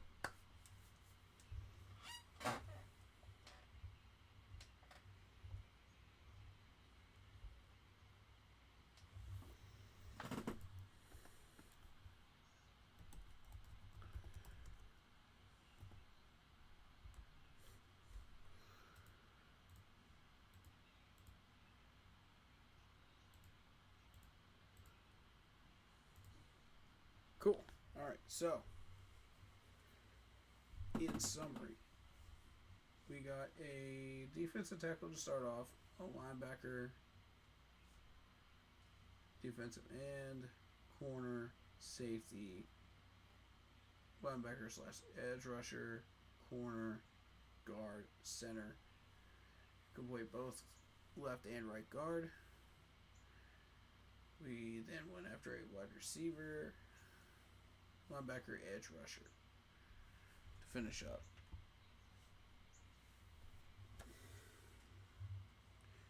And all of this is without even going for a tight end, y'all.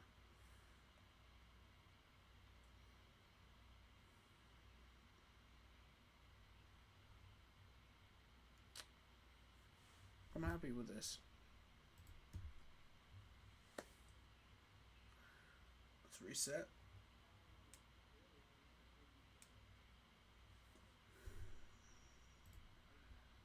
How long have we been going for? 2 hours? Alright. Cool. Let me make sure I read all the comments on here. I think I got everybody. Everything off of here. Yeah. I got everything. Alright, cool.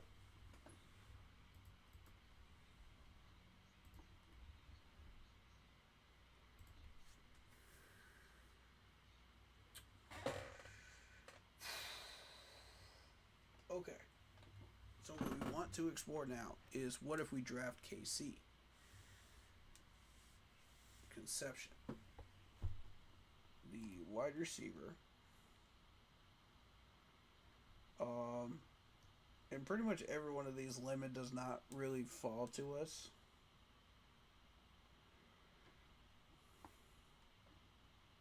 I'm trying to get him to fall to us, but I don't think he will. But we won't trade down. Not unless we're prompted this time.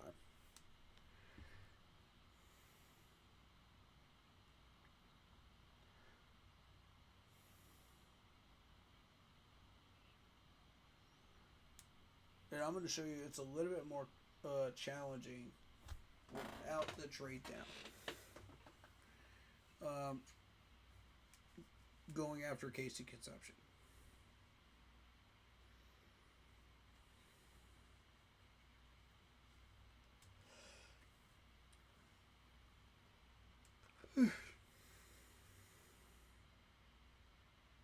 I'm loving this, man. This is fun. Mock drafts are fun. You know? They are.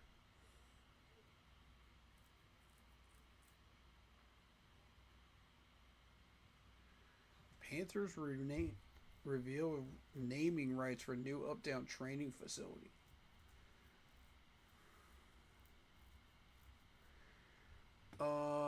NFL Live said Avion Terrell goes to Houston Texans. 5 picks into the second round.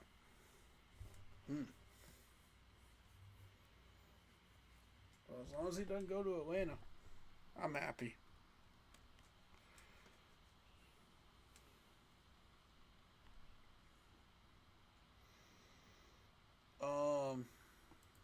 Let's see. So again, we've got Sonny Styles, we've got McDonald, Massador, Woods, same people, basically.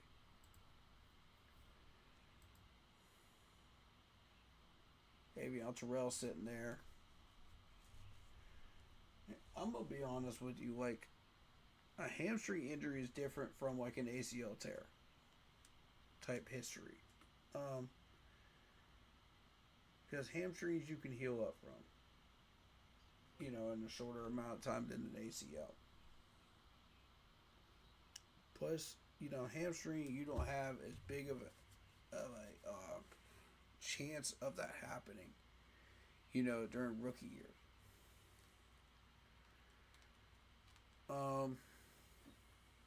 Versus later on in his career.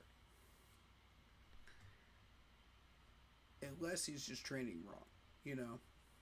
In which case, you know, there would be a few other players that would have injuries like that, not just him. And you would be able to trace that back to the trainer.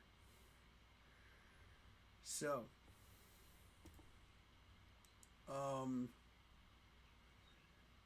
like I say, let's do this one with Casey Conception. Let's get inside the mind of Dan Morgan here and say Casey Conception.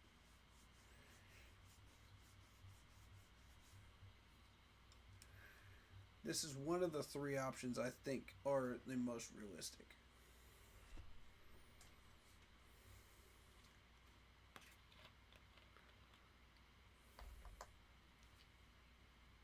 Again, Sonny Styles goes to the Bills.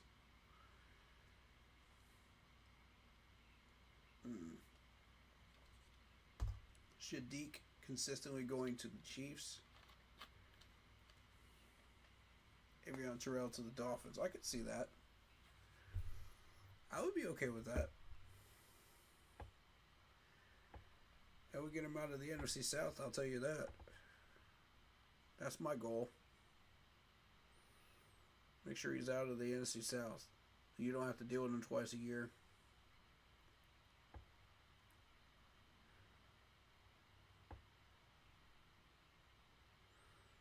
Brandon Sis. Okay.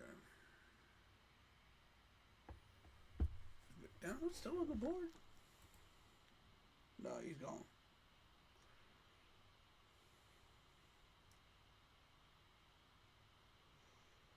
Ooh, Anthony's gone.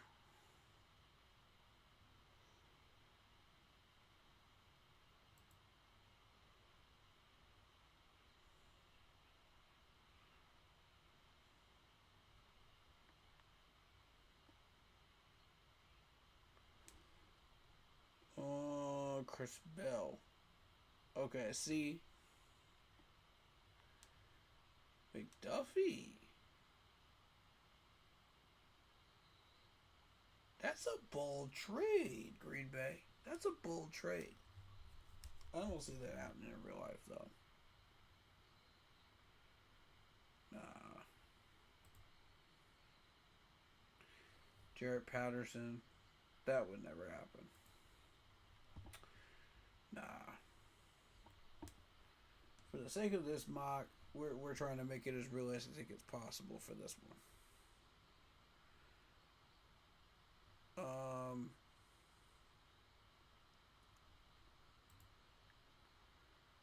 Okay, so Overton versus Jacob Rodriguez is really what this looks like.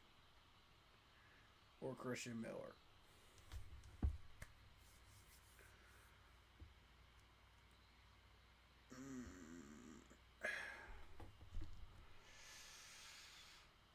With Christian Miller, you're just getting a defensive tackle. With Overton, you're getting an edge rusher. Versatile D lineman. Ooh.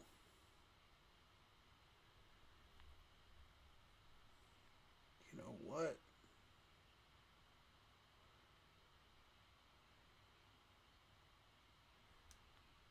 Overton just became a very big option right here in the second round for me.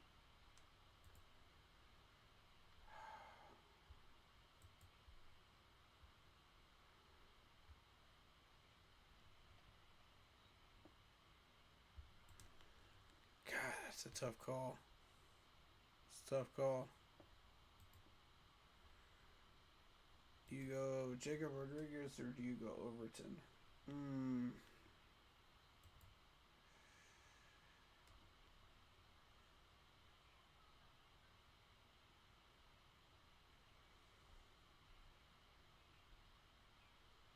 I gotta go Rodriguez. I know that's a tough call, but Rodriguez has coverage ability. And we're not going to be spending any more money in free agency for a coverage linebacker. Yeah, we're done with that.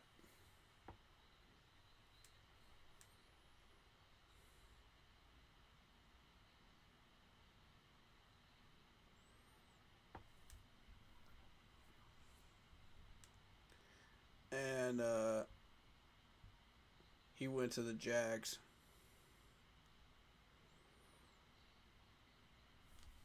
Figured he'd go off the board quickly.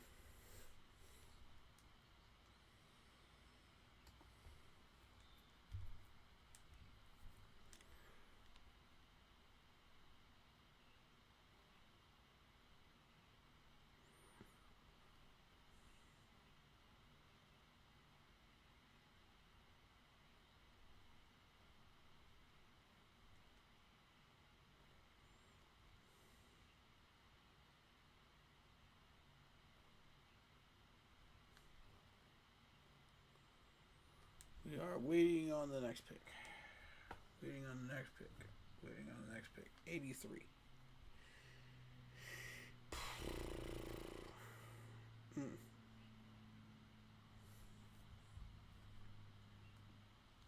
I know Halsey's still there. He won't be there much longer.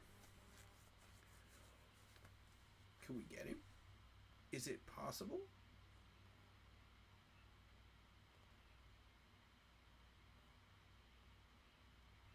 Interesting.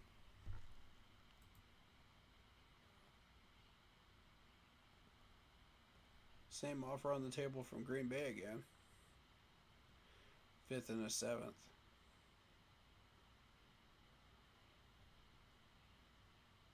For one pick? Are y'all going for Halsey?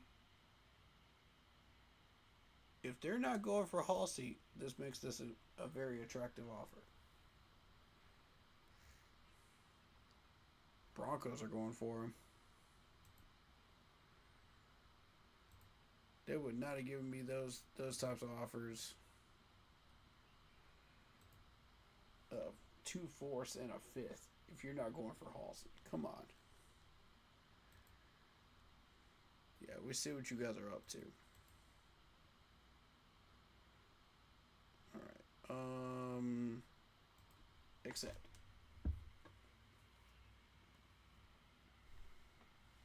They're going for Stukes. Okay. Fair.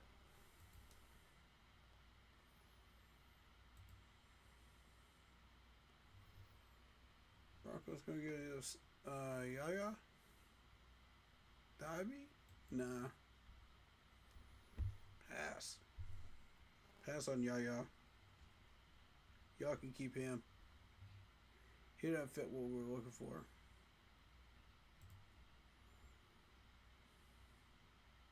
Alright. See, the reason we're getting these offers is because Halsey's still there.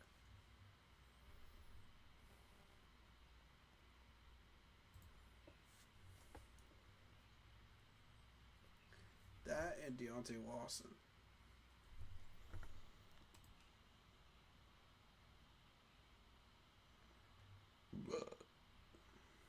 But never fear. I have a plan.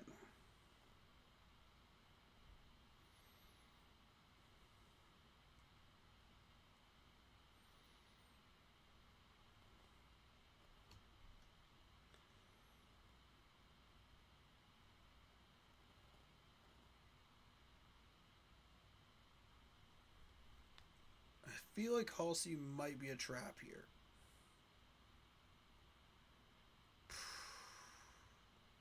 That's the problem with this.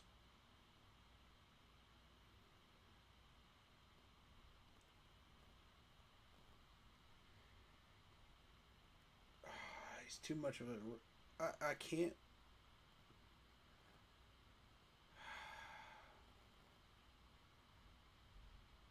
Darn it all. Alright.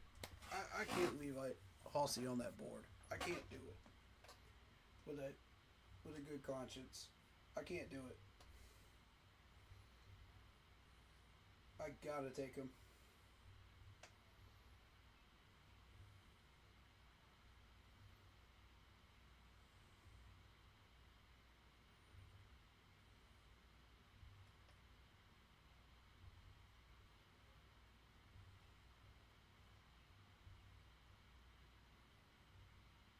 Yeah, there goes Bud Clark to the Rams. The Rams are going to take either Bud Clark or they're going to take Halsey, depending on who is there.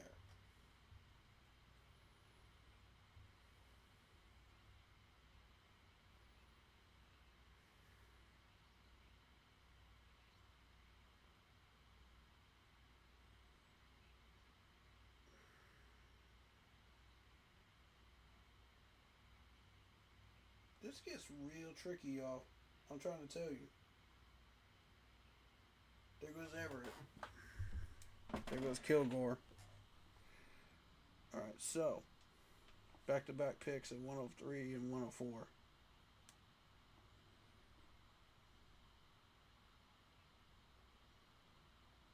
The man I'm targeting is right here. Arkansas. 19. Come on. Stay there. Don't take him. Don't you take him. You rolling the dice on Neal, though. That's what I'm telling you. If you go for Halsey, you roll in the dice. Don't you do it, Lions. Don't you do it. Thank God. All right.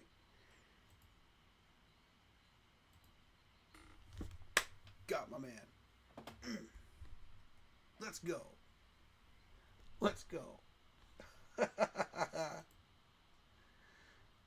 I got lucky. Oh boy, did I get lucky. All right. Now we don't get a pick till 158. This is where we run into a problem. Because edge rusher goes down the toilet.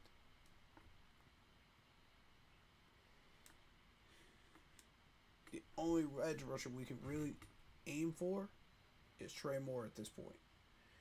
At 158. We have to get him.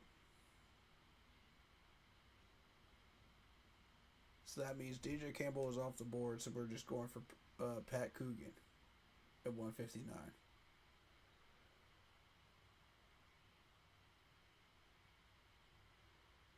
Yep, there goes Kamara. Kamara goes to the Eagles. And that's what I'm trying to tell you. Right around this time, they start making a run. Right around round 4.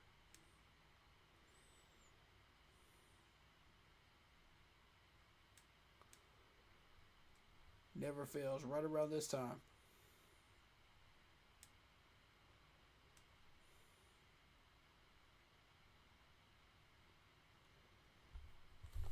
I need Trey to still be there. That's a big pick right there. We need Trey. Come on. Leave Trey alone. Leave him alone.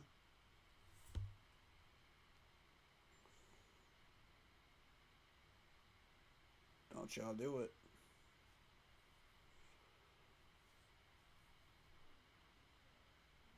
Come on. Hutchins is gone. Okay, that's fine. Dope. Dang it, Lions.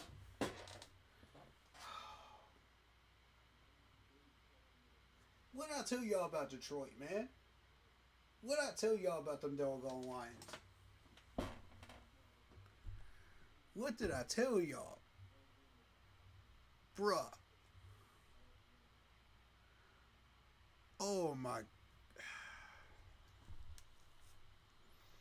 See, this is why you can't wait this long to get a pass rusher, man. You can't wait until 4th or 5th round.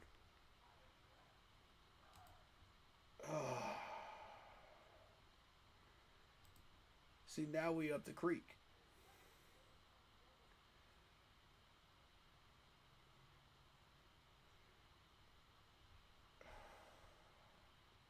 You got to get one in the first 3 rounds. We cannot go for a wide receiver. We need to leave Casey Conception alone.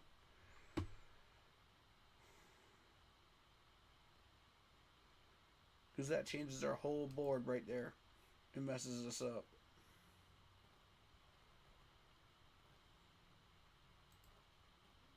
Unless Dan Morgan's found something that we haven't.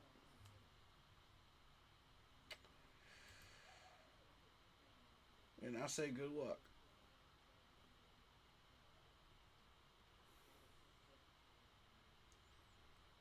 Maybe Xavier Harris. Maybe. He don't have that build though.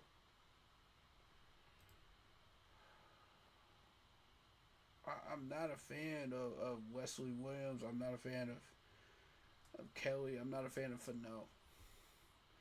And Vincent's not built for that stuff.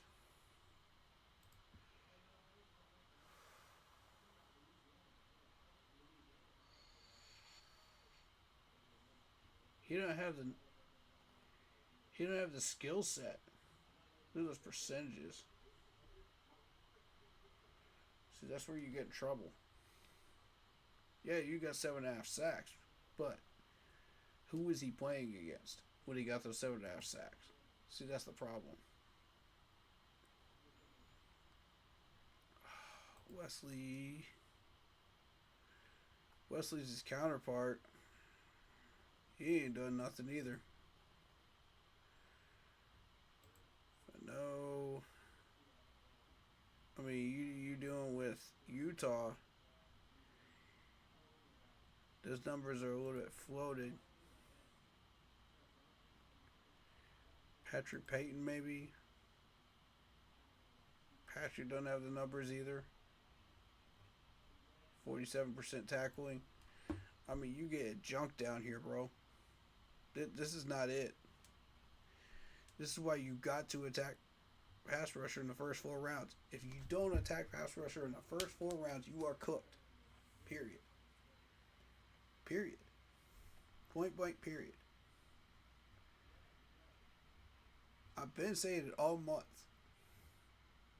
And people don't want to hear it. I'm like, okay. Y'all believe what you want to believe. Wait till draft day. We'll see. I'm literally showing you like mock drafts where this crap is going sideways. I don't know. People are gonna believe what they want to believe though. So what I'm gonna do is I'm gonna go. Shoot.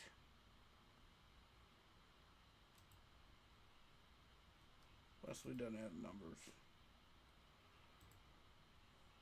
Vincent has the numbers.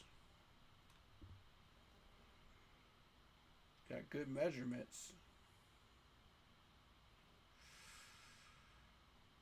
Oh boy. I think I might be cooked there. I might be cooked. Let me see what else is here. Damani Jackson. I mean, we already got our corner. I'm happy with Julian Neal. Defensive tackle.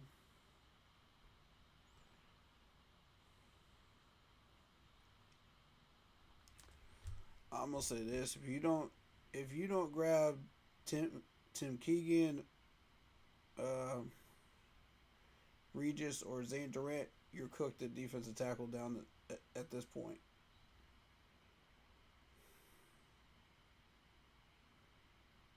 Frick, man.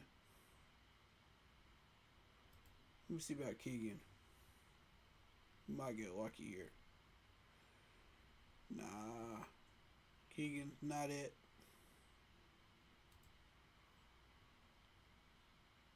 I know exactly what I'm looking for. And I know he's not it. Nope. 59% tackling. Nope. Let me try Skylar.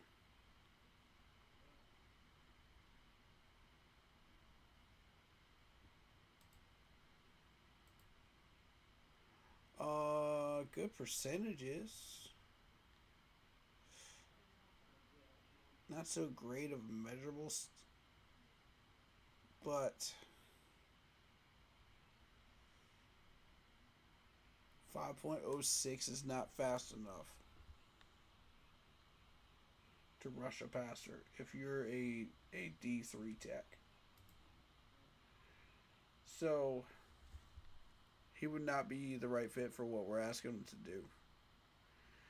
Zane Durant, maybe.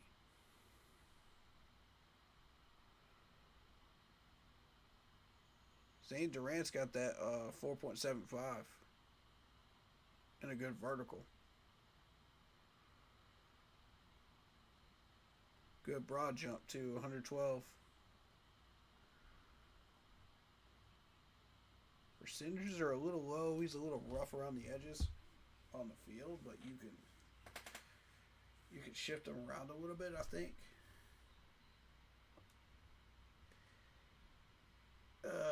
He's not versatile though.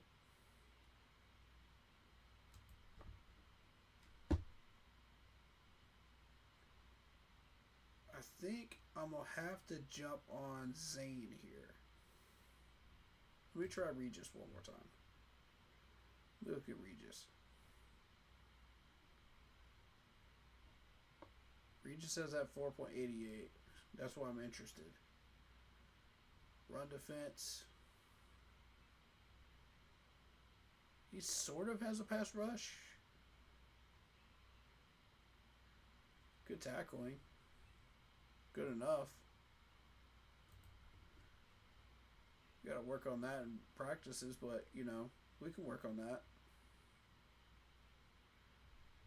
You know, do we want the faster guy? Do we want Zane Durant? Or do we want Regis?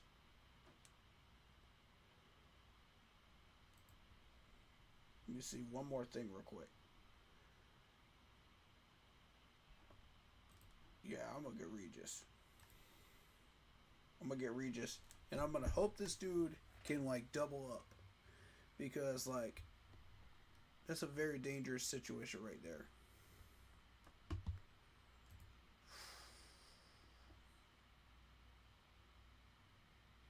Okay, so we're going to need a straight up edge rusher at this point. The only one that's got the numbers is Vincent with the 7.5 sacks.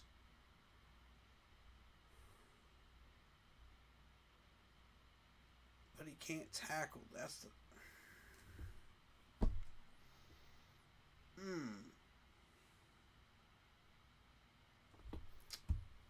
I mean, we're back to this problem again. You know what I mean? Like,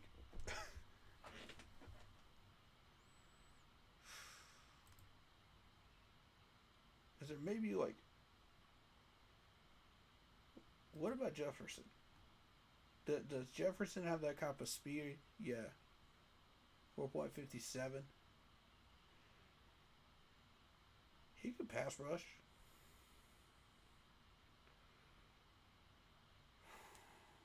But I mean, like, we're counterproducing ourselves, by going for another linebacker instead of a pass rusher, this late in the draft and not getting a pass rusher. See, that's the problem, is it's counterproductive. You got to jump on that pass rusher early. Otherwise you're settling again. And that's not helpful.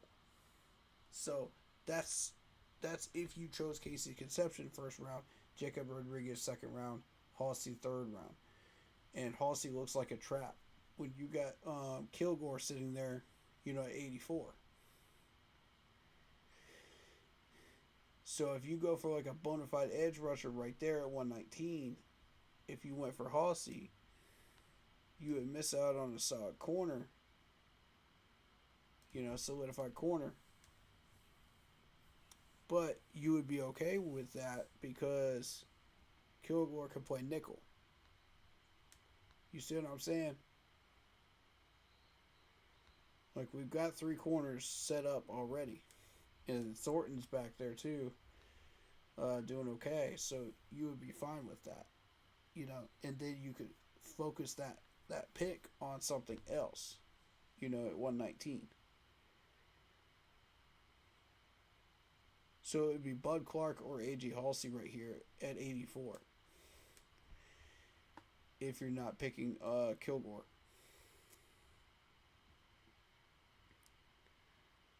But I think it's a reach for Justin Jefferson because it's too early.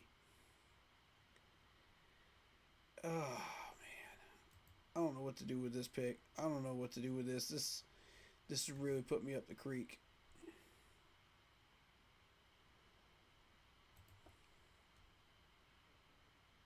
I've really got to make sure I get Pat Coogan, though. That's got to be locked in. With that 160. I cannot let this dude roll beyond 160. So. I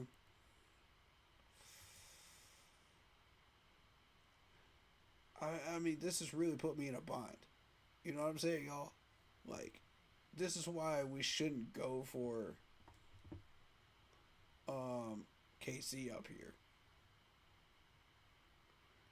I just feel like that domino effect just started off a chain reaction of crap, in this draft that we can't recover from. Because of the fact that I need an edge rusher, I got to go with Vincent because he's got the numbers. I don't like it, but that was nowhere near one of my first picks.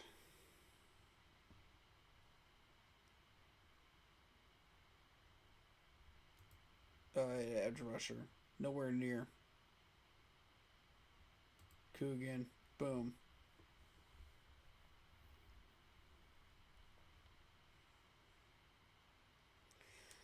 Locked in Coogan. He plays center, both guard positions.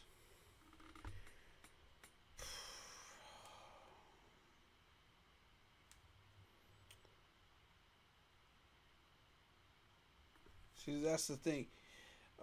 You could make that work by not drafting Julian Neal. Maybe. And just see what's available at 119. By getting Bud Clark or A.J. Halsey. But, I mean, like,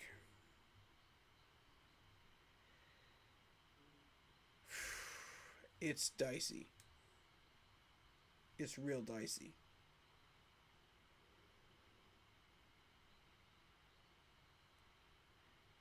I don't like it. I'm gonna be honest. I don't like it because that leads to like a B minus grade draft. You know what I'm saying?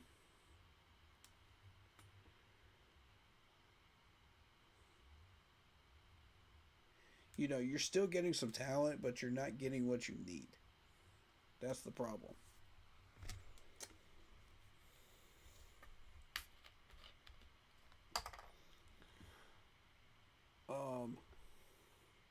I'm gonna run. I'm gonna run a mock where we get. I've ran McDonald. I've ran Casey Conception today. I've ran a trade down with the Patriots. So to 31, which the trade down to 31 seems really interesting. The problem is you're locked into one of those 6 choices, whatever is still on that board. Versus like at 19, you've got all the choices available. So I think it benefits you to stay at 19, and then trade down in the second round. More so than moving down to 31. But with moving down to 31, you get more picks. So you could ask for a third, a fourth, and a sixth. And New England would give it to you on actual draft day. You know, and a 6th round next year if you want to add a bonus pick in there. Which I don't know if they would give that to you or not. That's just bonus. But as far as picks this year, yeah, that looks real good. Value-wise. And I would jump on it. Based on what we've got so far, we've got wide receiver, linebacker, safety, corner, defensive tackle. And again, that would not have been my first defensive tackle choice at all. Defensive end, center. We got 2 picks left.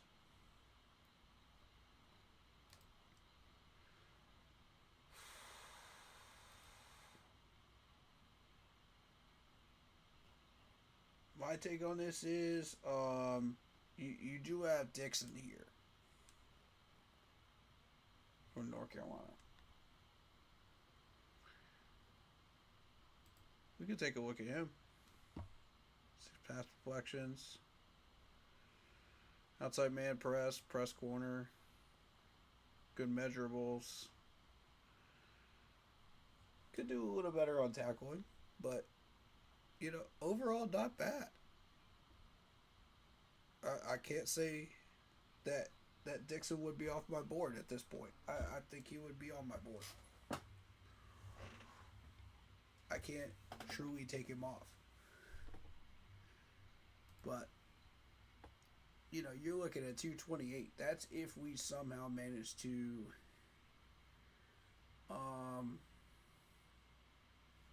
keep this 200 pick in the 6th round.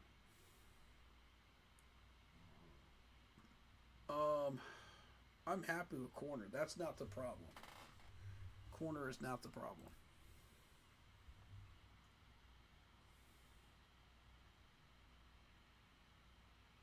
We could reunite Cameron Ball with Julian Neal. That could be a thing we could do.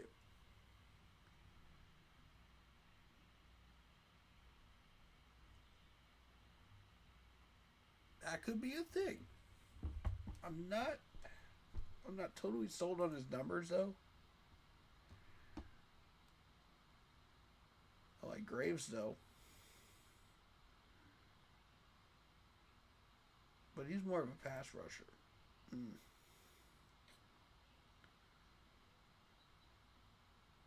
Eason? Nah. Eason's trash.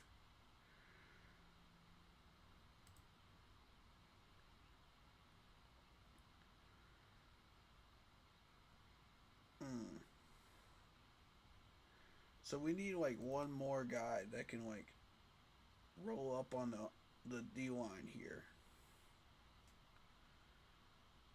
and handle his business. I think Marvin Jones Jr. because like that's the last pass rusher that I really vouch for on this list. Cameron James just doesn't do it for me. And my whole thing is like, if you're looking at the number here for 337. This dude would be undrafted, and you could pick him up as an undrafted. So if you wanted to go for something else at this point, you could and still get it.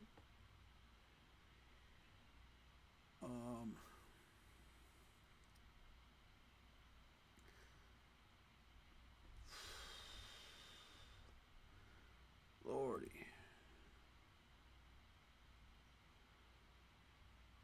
That is not one of my favorite mocks right here. I'm just being real with you.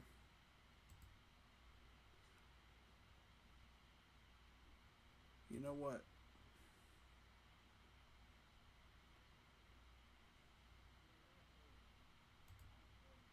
We forgot about Bobby. Forgot about Bobby. Okay. Yeah, Bobby. Bobby, look at the percentages. 84%, 72, 89. Looks good. Not a fan of the 40, not a fan of the vertical, but, you know, it is what it is. I'm getting him. I think that's the right move. We had to solidify defensive tackle. That was the one I was not happy with.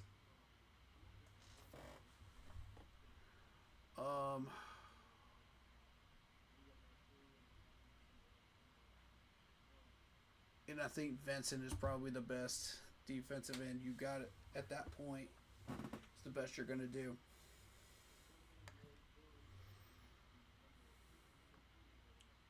So what did we learn from that? Jump on defensive ends early, right?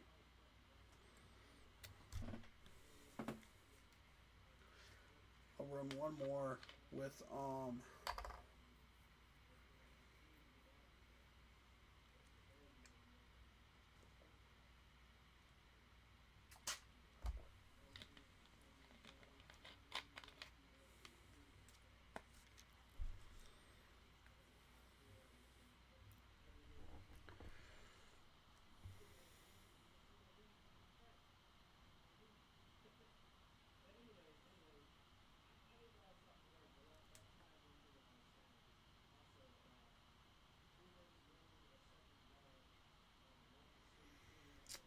I gotta see who else we could pick up at like 19 and run amok with today. I'm just trying to show you all the options that we've got open to us and what those roads would look like. Based on the picks, the players that I've got on my radar,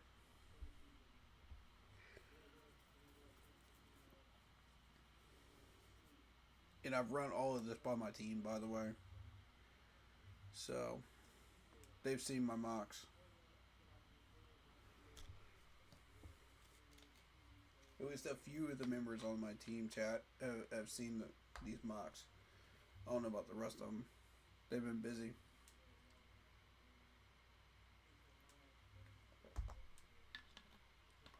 We'll do one more.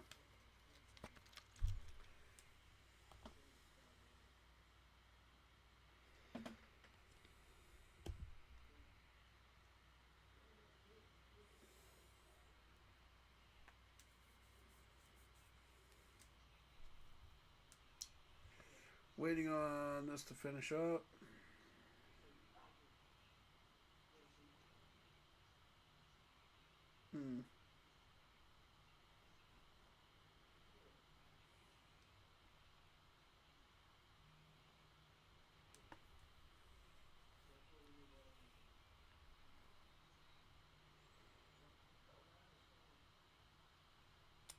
Alright, so the next live stream when we do this, we'll run this back. We'll run it back with KC. We'll run it back with Jacob Rodriguez, and then we'll trade out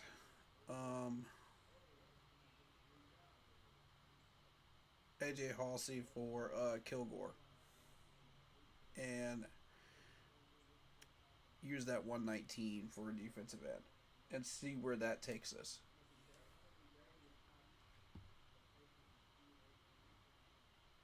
Oh, we still have one more pick. Okay.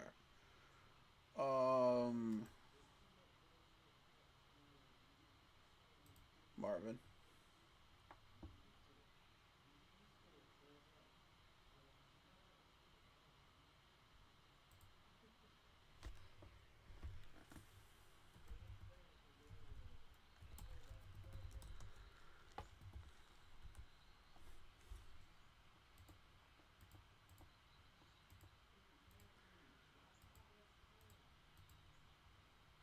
Done. All right.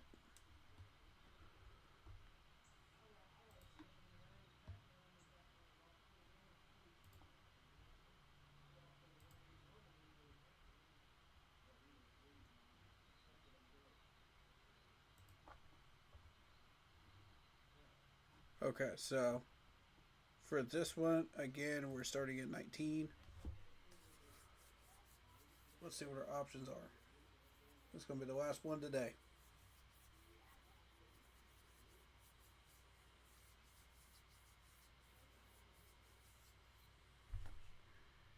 Because I don't want to run past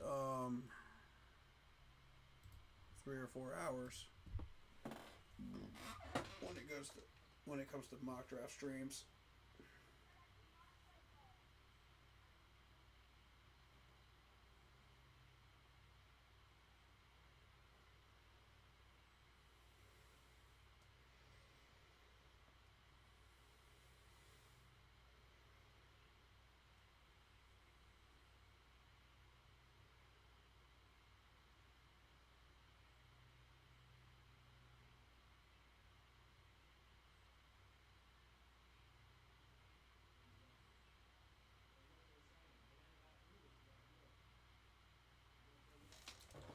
All right, let's see what we got here.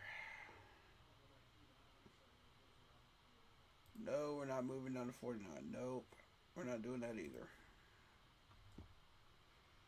That means there's somebody good still here. All right.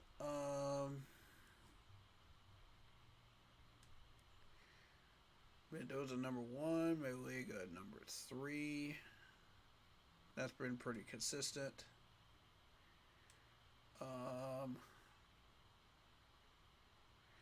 Yeah, all of this looks consistent. Lemon in top 10 is interesting.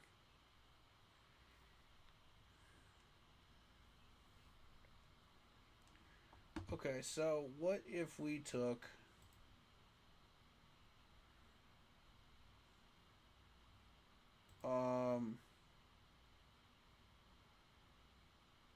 what if we took Messidor for this one? What would that look like?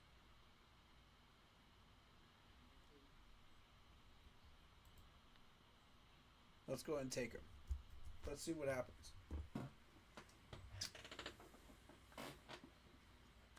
I mean, that was mocked to us in one of the ESPN mocks.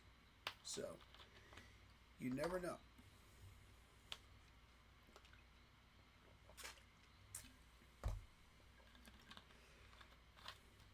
Crazier things have happened.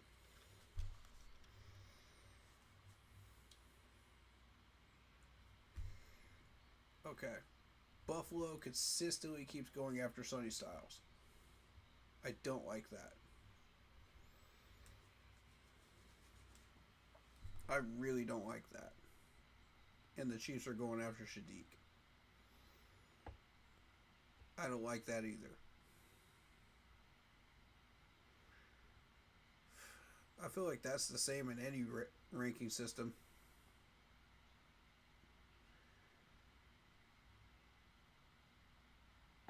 That's not good. Ooh.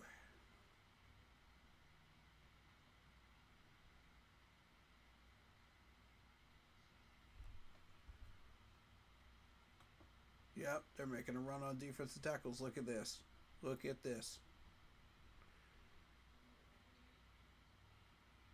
Look at this. Every single time.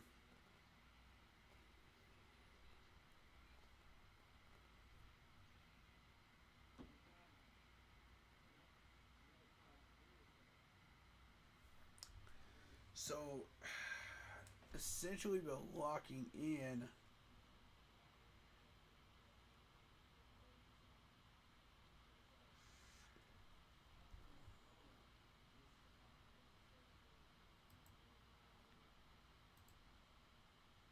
we're down to 62 for our third round pick. Nah. Y'all ain't giving me nothing good. There goes Anthony Hill Jr. That would have been my pick at linebacker though. But now I gotta settle for Jacob Rodriguez. And if we don't settle for Jacob Rodriguez, we got to probably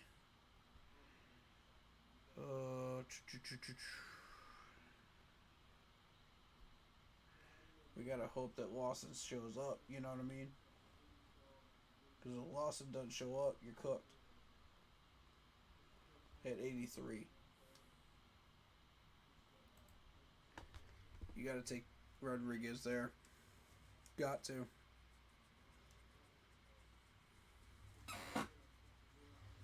It's just a smart move. Nah, defensive tackle. I'm hoping beyond hope.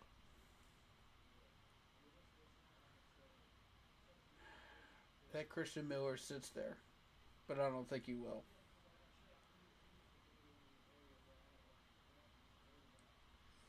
I have a backup plan though.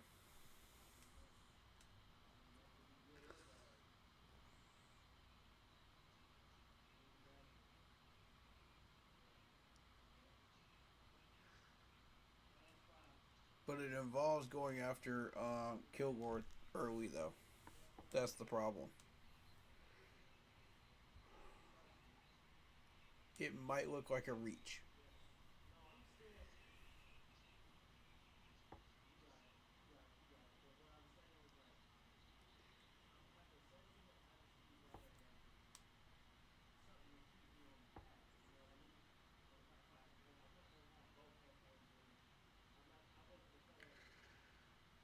Christian Miller might survive. He might. He might. Nope. Dang, 75. That's a shame.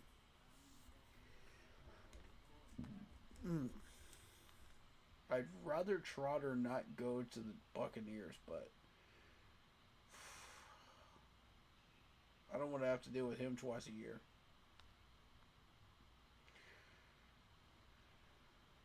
That's dangerous. Wait. Buffalo has D'Alford? Since when did Buffalo get D'Alford? When did that happen? They pick him up in free agency?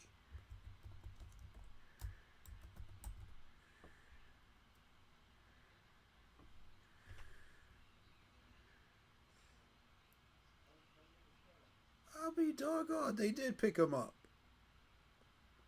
You gotta be kidding me. Wow.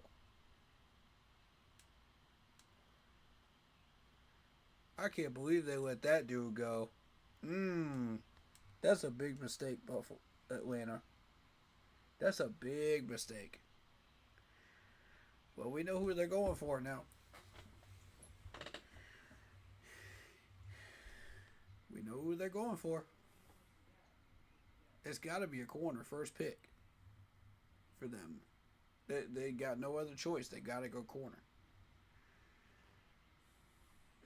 Wow. What's his contract look like? Hold up.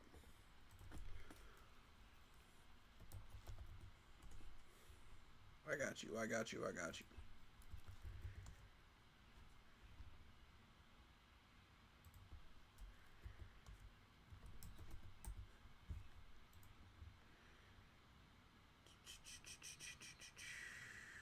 $15 million?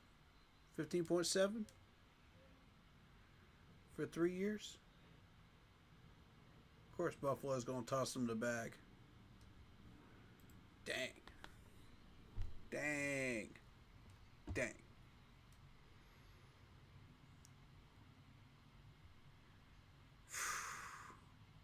We got money to spend like that? Let me see some. Space. Where we at? Where we at? Where we at? Nope, we ain't got money to spend like that.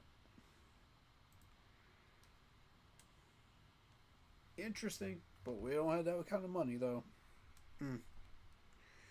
That's a shame.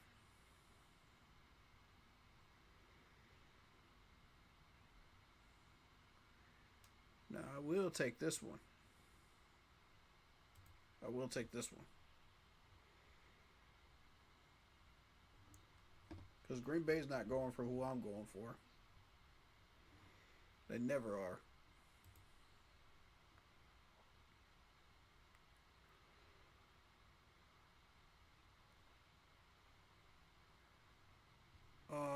We may have to come back to defensive tackle because yeah. We'll go Halton. We'll go Halton at 119. That's what we're gonna do. I gotta lock in Kilgore right here. I cannot let people get Kilgore. Not with Halsey gone.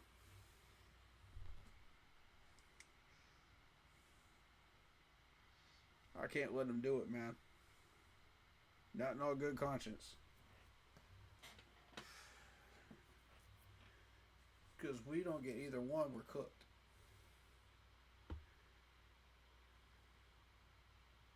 I mean, Bud Clark will probably be off the board before either one of these two go off the board. So, that's my whole thing. Like, if you don't get him, and like,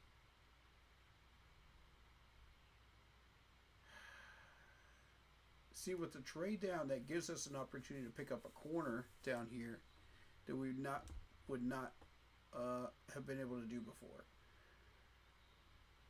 So I know who I want.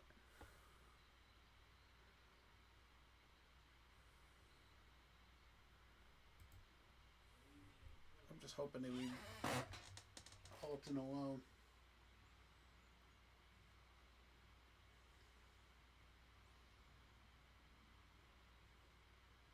Please don't touch Halton.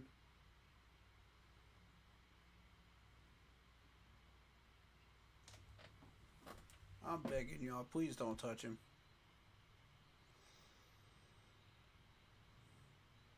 Because then I'm going to have to go K-Part.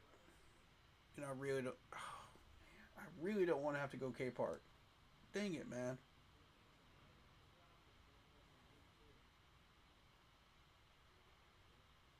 And the Colts got my corner. Great. Which, that's fine. That's fine. Because we got Kilgore. Because Kilgore can play nickel. We got Thornton, so we'll be okay. We can address corner next year. That's fine.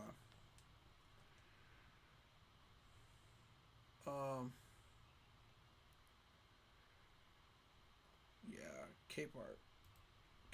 K-Part's my dude. Because look at those measurements, man. Those are beautiful measurements. I just wish he could tackle better. That was my one problem with him, is he couldn't tackle. I wasn't worried about the pass rush. I was more worried about him being able to tackle people. Like I said, some of these guys are a little rough around the edges, but we can make do. This dude seems more like it. McKellen seems more like an option than K-Part. You know what? Let's run McKellen. I think that's the right move.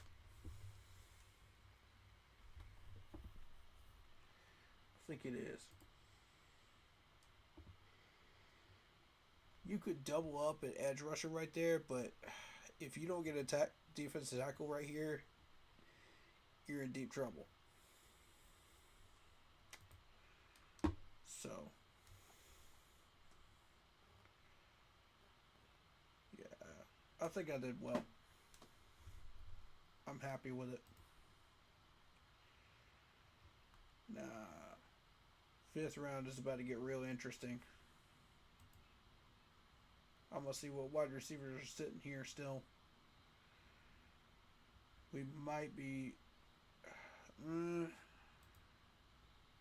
is Malik still going to be sitting there by the time we pick again?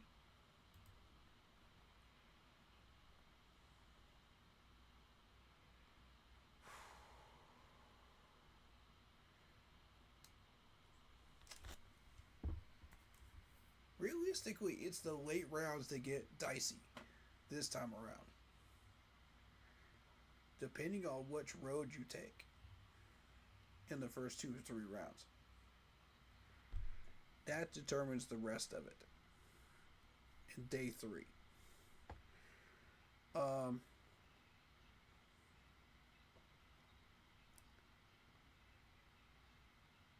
Positionally, it gets real interesting very quickly. But on an actual draft weekend, you never know. That board could fall our direction. It did last year. So,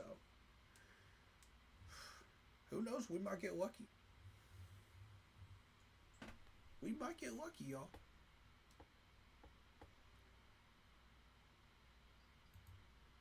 I'm going to say this right now, though. They're not going offensive line 5th round. We're going to get who we want.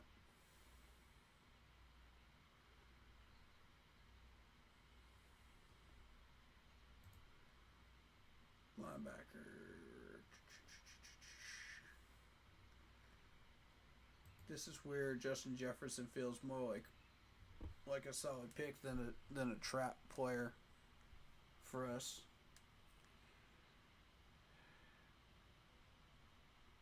But Malik's still here. You know what? 437.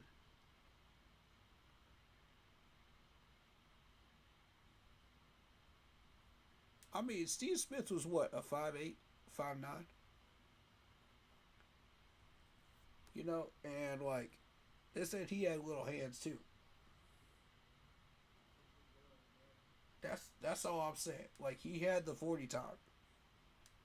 So, and he had the 10-yard dash, and he had the broad jump, you know.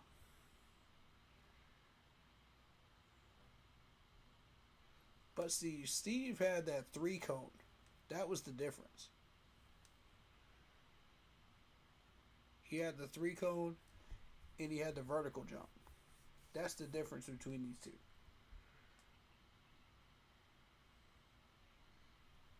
But the percentages line up.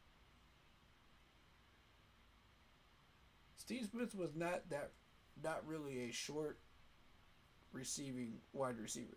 He was more of a versatile guy, but you know, you put him deep, he's gonna freaking burn you. So you're looking at like intermediate routes, you're looking at deep threat. That's Steve all day. That's Steve Smith all day. And then, you know, the hands, 83%. Yeah. Yeah. Steve was never that much of a blocker on the outside. I feel like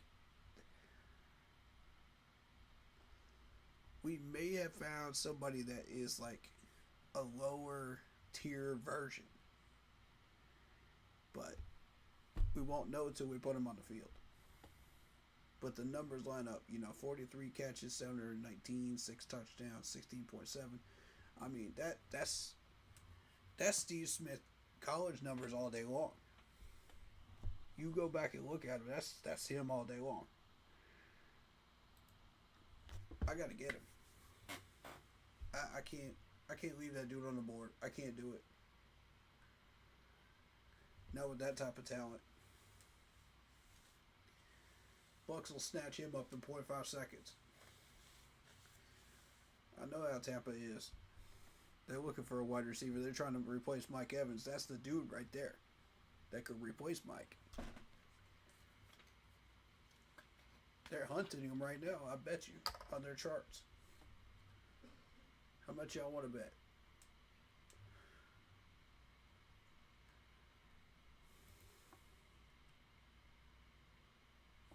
See, See, I shouldn't even be saying that, though.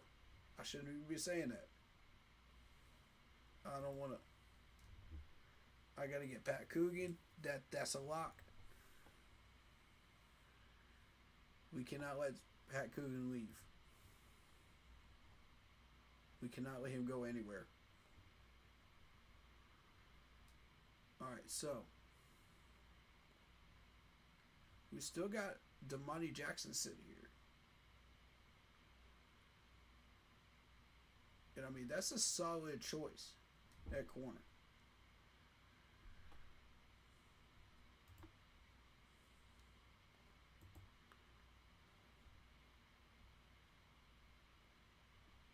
I've heard a lot of good things about Hutchins too from Boston College at defensive end. Heard a lot of good things.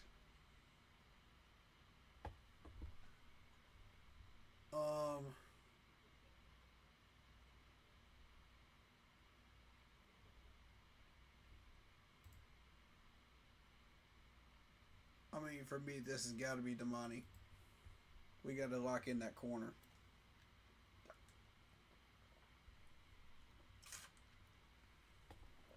We got to lock in that corner spot, man. Yep.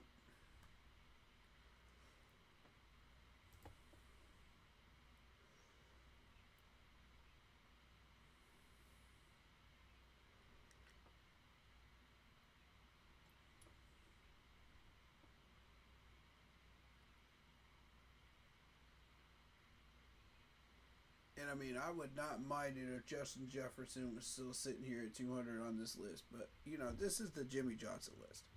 So, you know, 99 times out of 100, you're not going to see the Jimmy Johnson list on draft weekend. But you never know.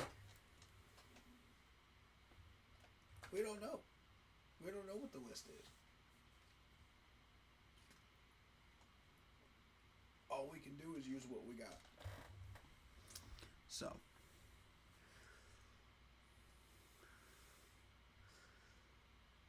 Reed Adams, guard from Texas A&M. I've been hearing good things about him too. That's a solid offensive lineman right there. And Nick Barrett too. But Nick Barrett had tackling issues. That's why I wasn't jumping on him immediately. Yeah, Washington got Justin Jefferson. Figures. Okay, that's fine. BPA.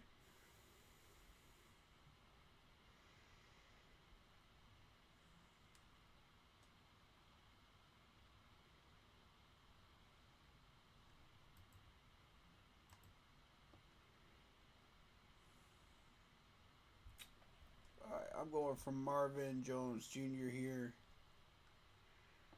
Edge rusher. If Zane Durant's there, I gotta pick up Zane Durant.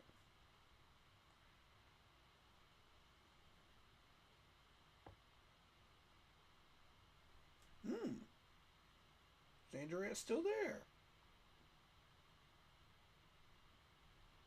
Well.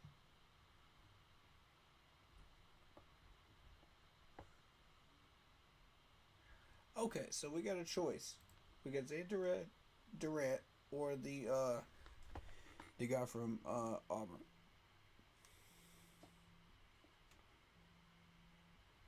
I'm gonna be real with you. Those percentages do not look healthy right there for tackling, pass rush, and run defense. When you're sitting at like the 60s range, that ain't it. Everything else checks out.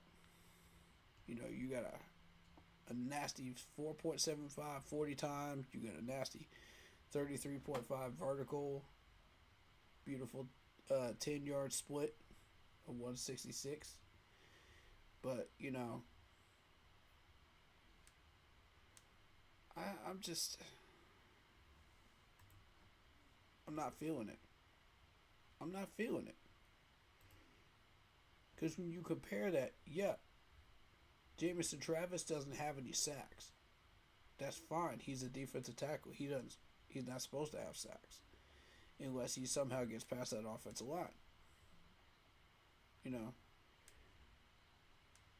But see, his weight is beautiful. It is a good number. It's 328. You know, you look at that. Arm span of 83. But see, some of these other ones, I don't know.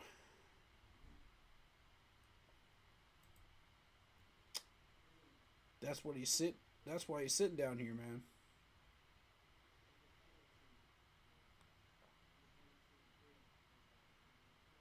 I'm gonna pick him anyway. I'm gonna grab him anyway.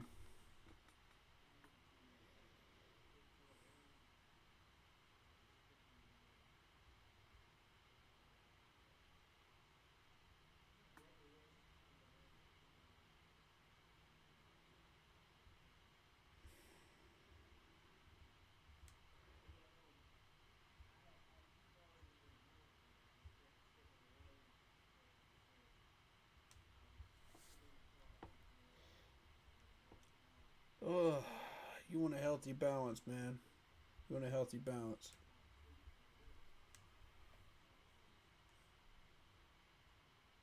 At 255, that's BPA right there. I was gonna go for Jeff Caldwell, but somebody grabbed him.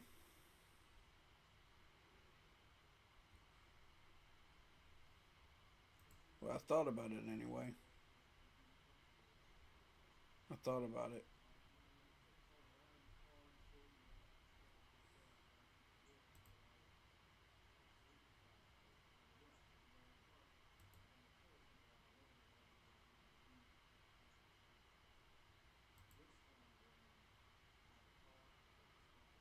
Probably gonna go for Jones Jr. here.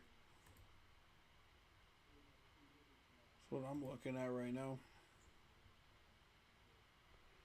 There's not really any good linebackers left.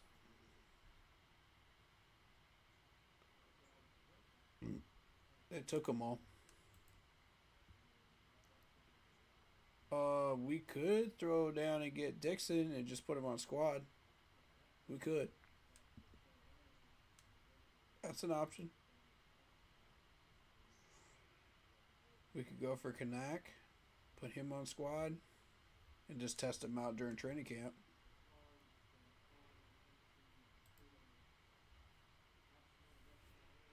I think I want Marvin Jones Jr. though.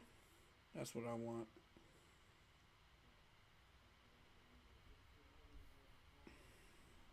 As an undrafted. That's what I think.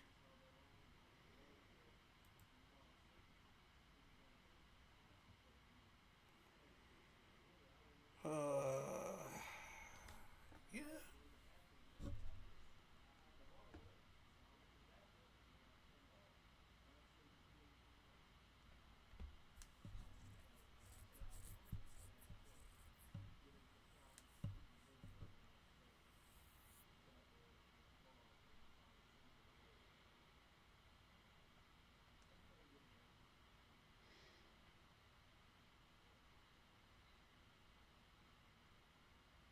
Mm. Let me see what tight ends are still sitting there before we jump on this.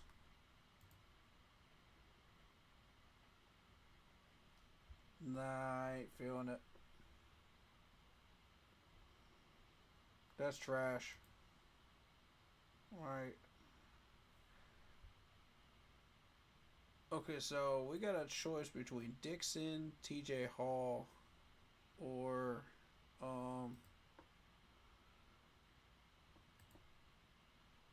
Marvin Jones Jr. Marvin Jones Jr. would be undrafted, I think.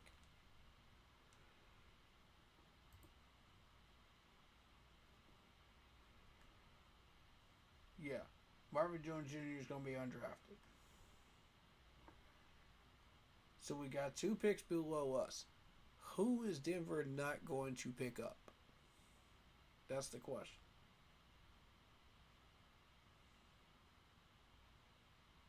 Because the rest of those guys we could pick up undrafted. With the Green Bay trade down.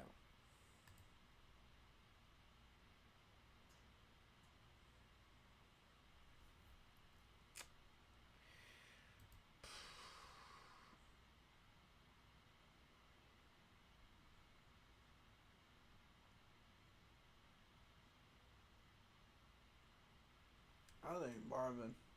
I think Mr. Marvin.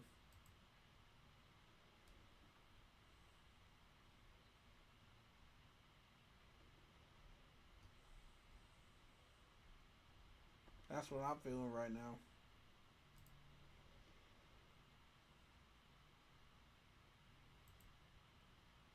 Because the tight ends don't impress me. The linebackers don't impress me. The defensive tackles don't impress me. So, like, I said we're looking at Marvin.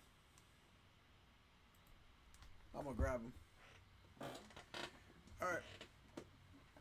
And that will complete the draft.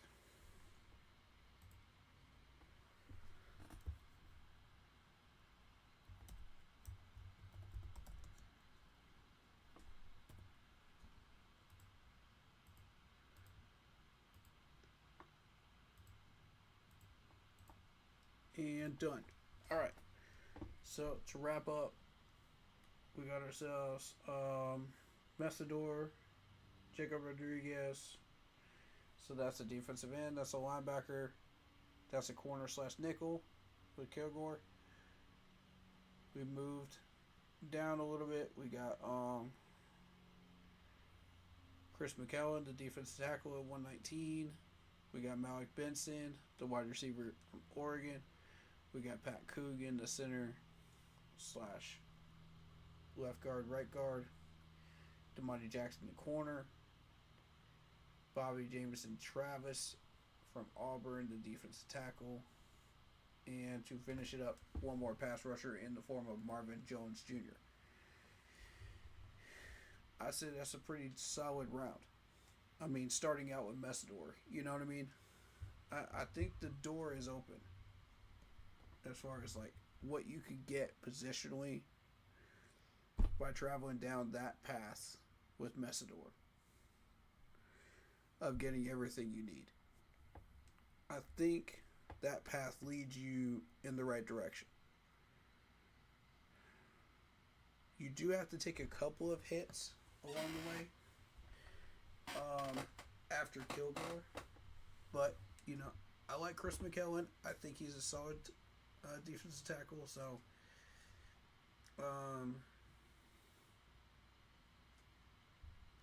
the hit you would take is defensive end and linebacker.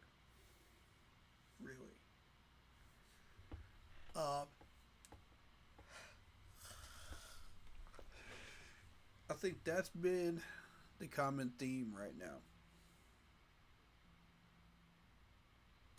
So, and I mean, everybody's saying, oh, we got a strong linebacking class. Oh, we got a strong pass rushing class. Okay, up to what point? That's my response. As many mock drafts as we've done, it's up to what point does it become not relevant anymore? You know what I mean? So, that's where I'm at with these mocks. I mean, have fun with them. We got about a week left. Let's wrap up. I'm not sure when the next stream will be. I'm going to try to get one in.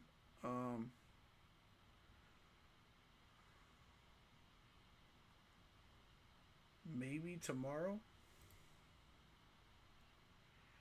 If I can, early. But we'll see. Like I said, the schedule's been crazy. Tomorrow looks pretty clear, so I should be able to fit one in there.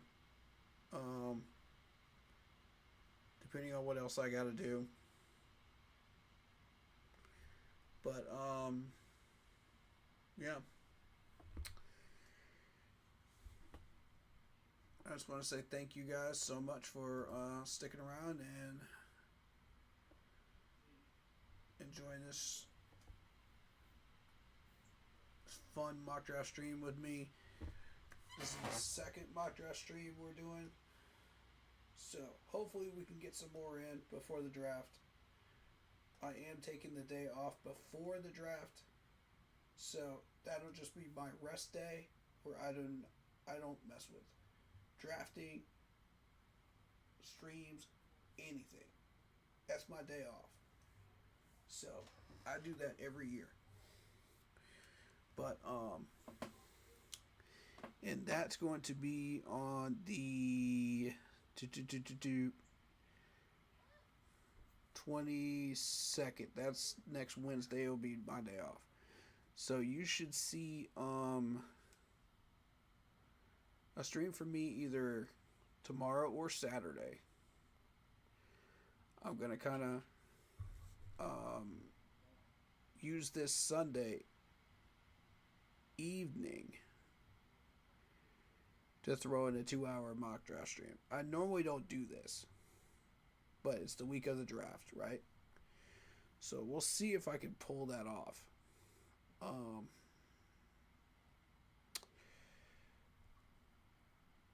The way things have been going, I doubt it. Monday, no stream. Tuesday, the 21st, there will be a stream. So, and that'll be the last mock draft stream we're doing. Is on the 21st. Before the draft. Following the draft, we're going to have a stream with the schedule release, the official schedule release, and undrafted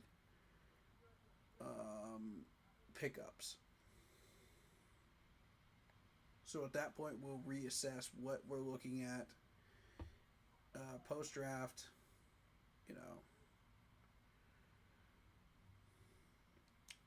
know, we'll probably do a post draft reassessment stream as well. So, and then we'll wrap up the month of April with both of those streams. So that should do it for the month of April once that finishes up. So May, June, and the start of July will probably be just game streams. We're going to try to do one music-related podcast in there in that off-season time, unless something else pops up. So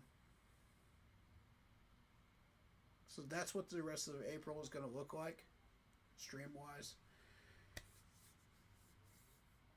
I'm going to try to make it happen on Sunday. I can't promise it.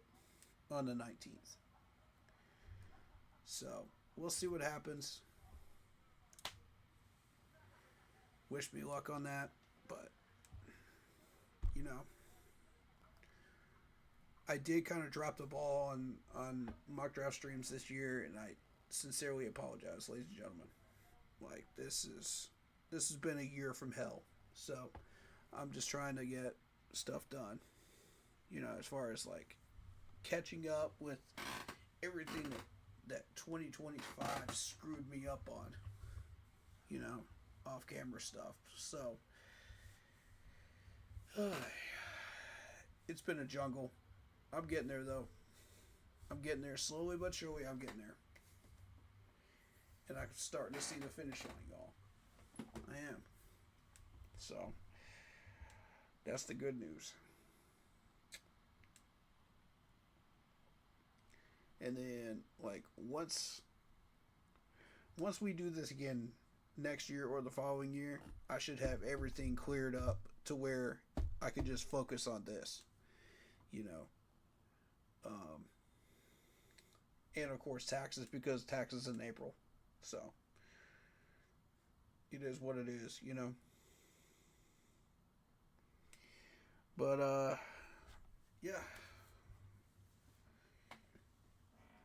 Hopefully, April didn't cram crap down your throat and you're having a good month. Me, not so much, but it'll get better. It'll get better. You just got to keep pounding through it. Right, guys? Just got to keep that positive attitude and keep pounding through it. That's what it is. Alright,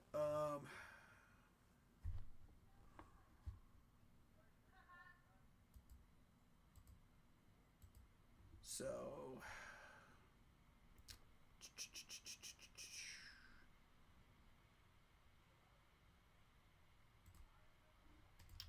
alright, guys. Hit that like button, hit that sub button, hit that bell, select all, leave a comment down below if you feel like doing so, and don't forget to check out the Facebook group page for in-game posts, polls, opinions, and reactions to NFL news, such as scheduling for the channel and for the Auto Sports app. Keep pounding Fantasy League. Shout out to Jeffrey Stamper in the chat. Shout out to T. Thompson in the chat as well. Shout out to everybody that has checked out the stream. You know, whether they were lurking or not, we appreciate you. Thank you. You are contributing and you are helping with the cause. And we love all of you, whether you're watching on VOD or whether you're watching live. Appreciate you guys. Thank you so much.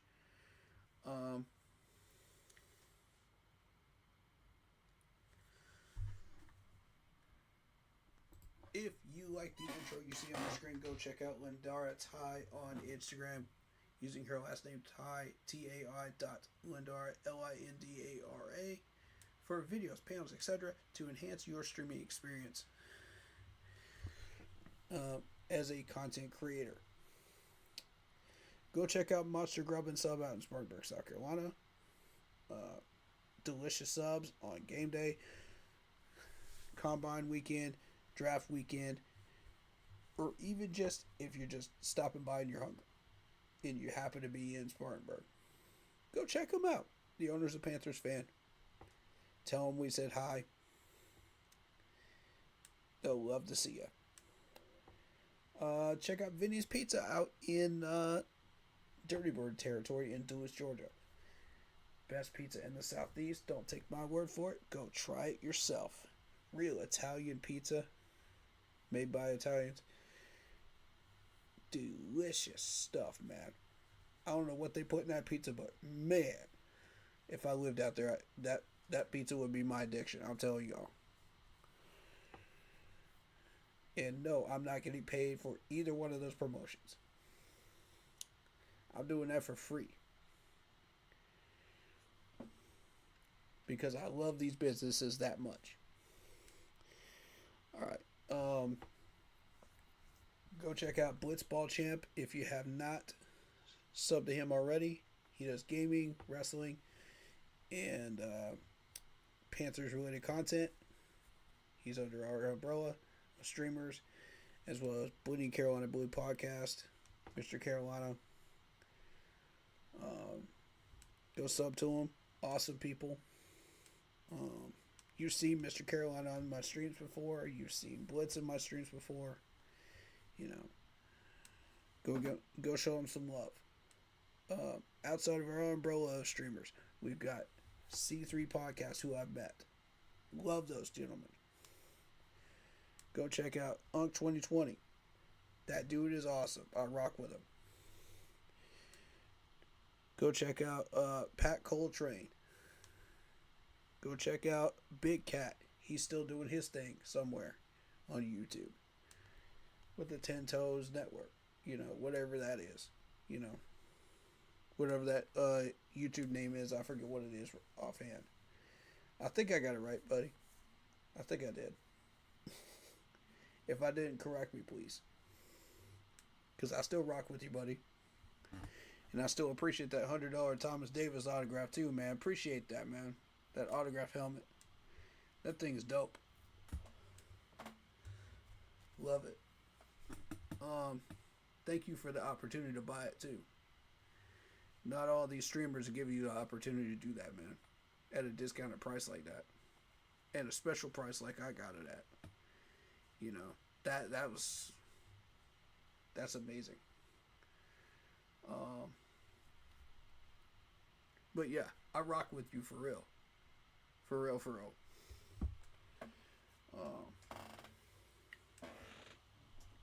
And I'm still hunting 2015 autograph stuff, by the way.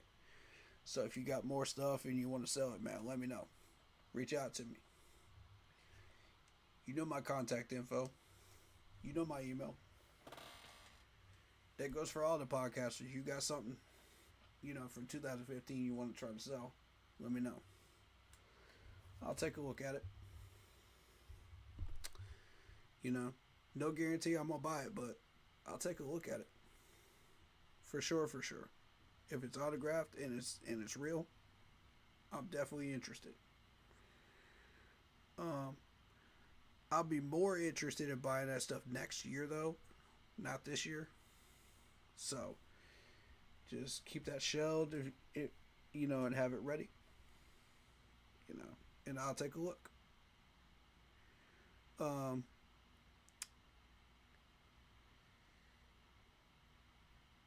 But yeah, special thoughts go out to Carol up in North Carolina, our channel's co-founder. Much love to her. Hope she's doing well.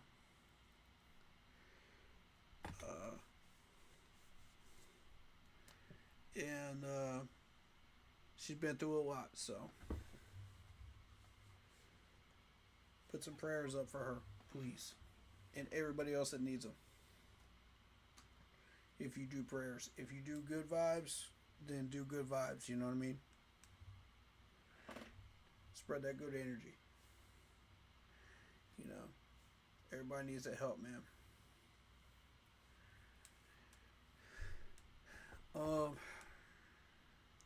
But yeah, we do prayer requests on this channel, so let me know in any one of these streams if you want to do a prayer request. As long as we're not reacting to a game, let us know. We'll do it. We'll stop content and we'll do it. Yeah, or a good vibe request either. We'll do that too. All right. And that's extended to Blitz's channel too. So he's doing that too now. Since last year. But yeah, hopefully y'all are doing well, man. Hopefully y'all are doing well. And April finds you well. And draft weekend finds you well. If not, keep pounding through it. We're rooting for an NFC Championship team, man. NFC South champions. Chin up. It's a new day. And we're still building. With that being the case, I'm going to send y'all to Unk. Unk's streaming right now. Y'all want to talk? Y'all want to listen into Unk talk about Bryce Young? Go ahead, man. Stay happy, healthy, and well.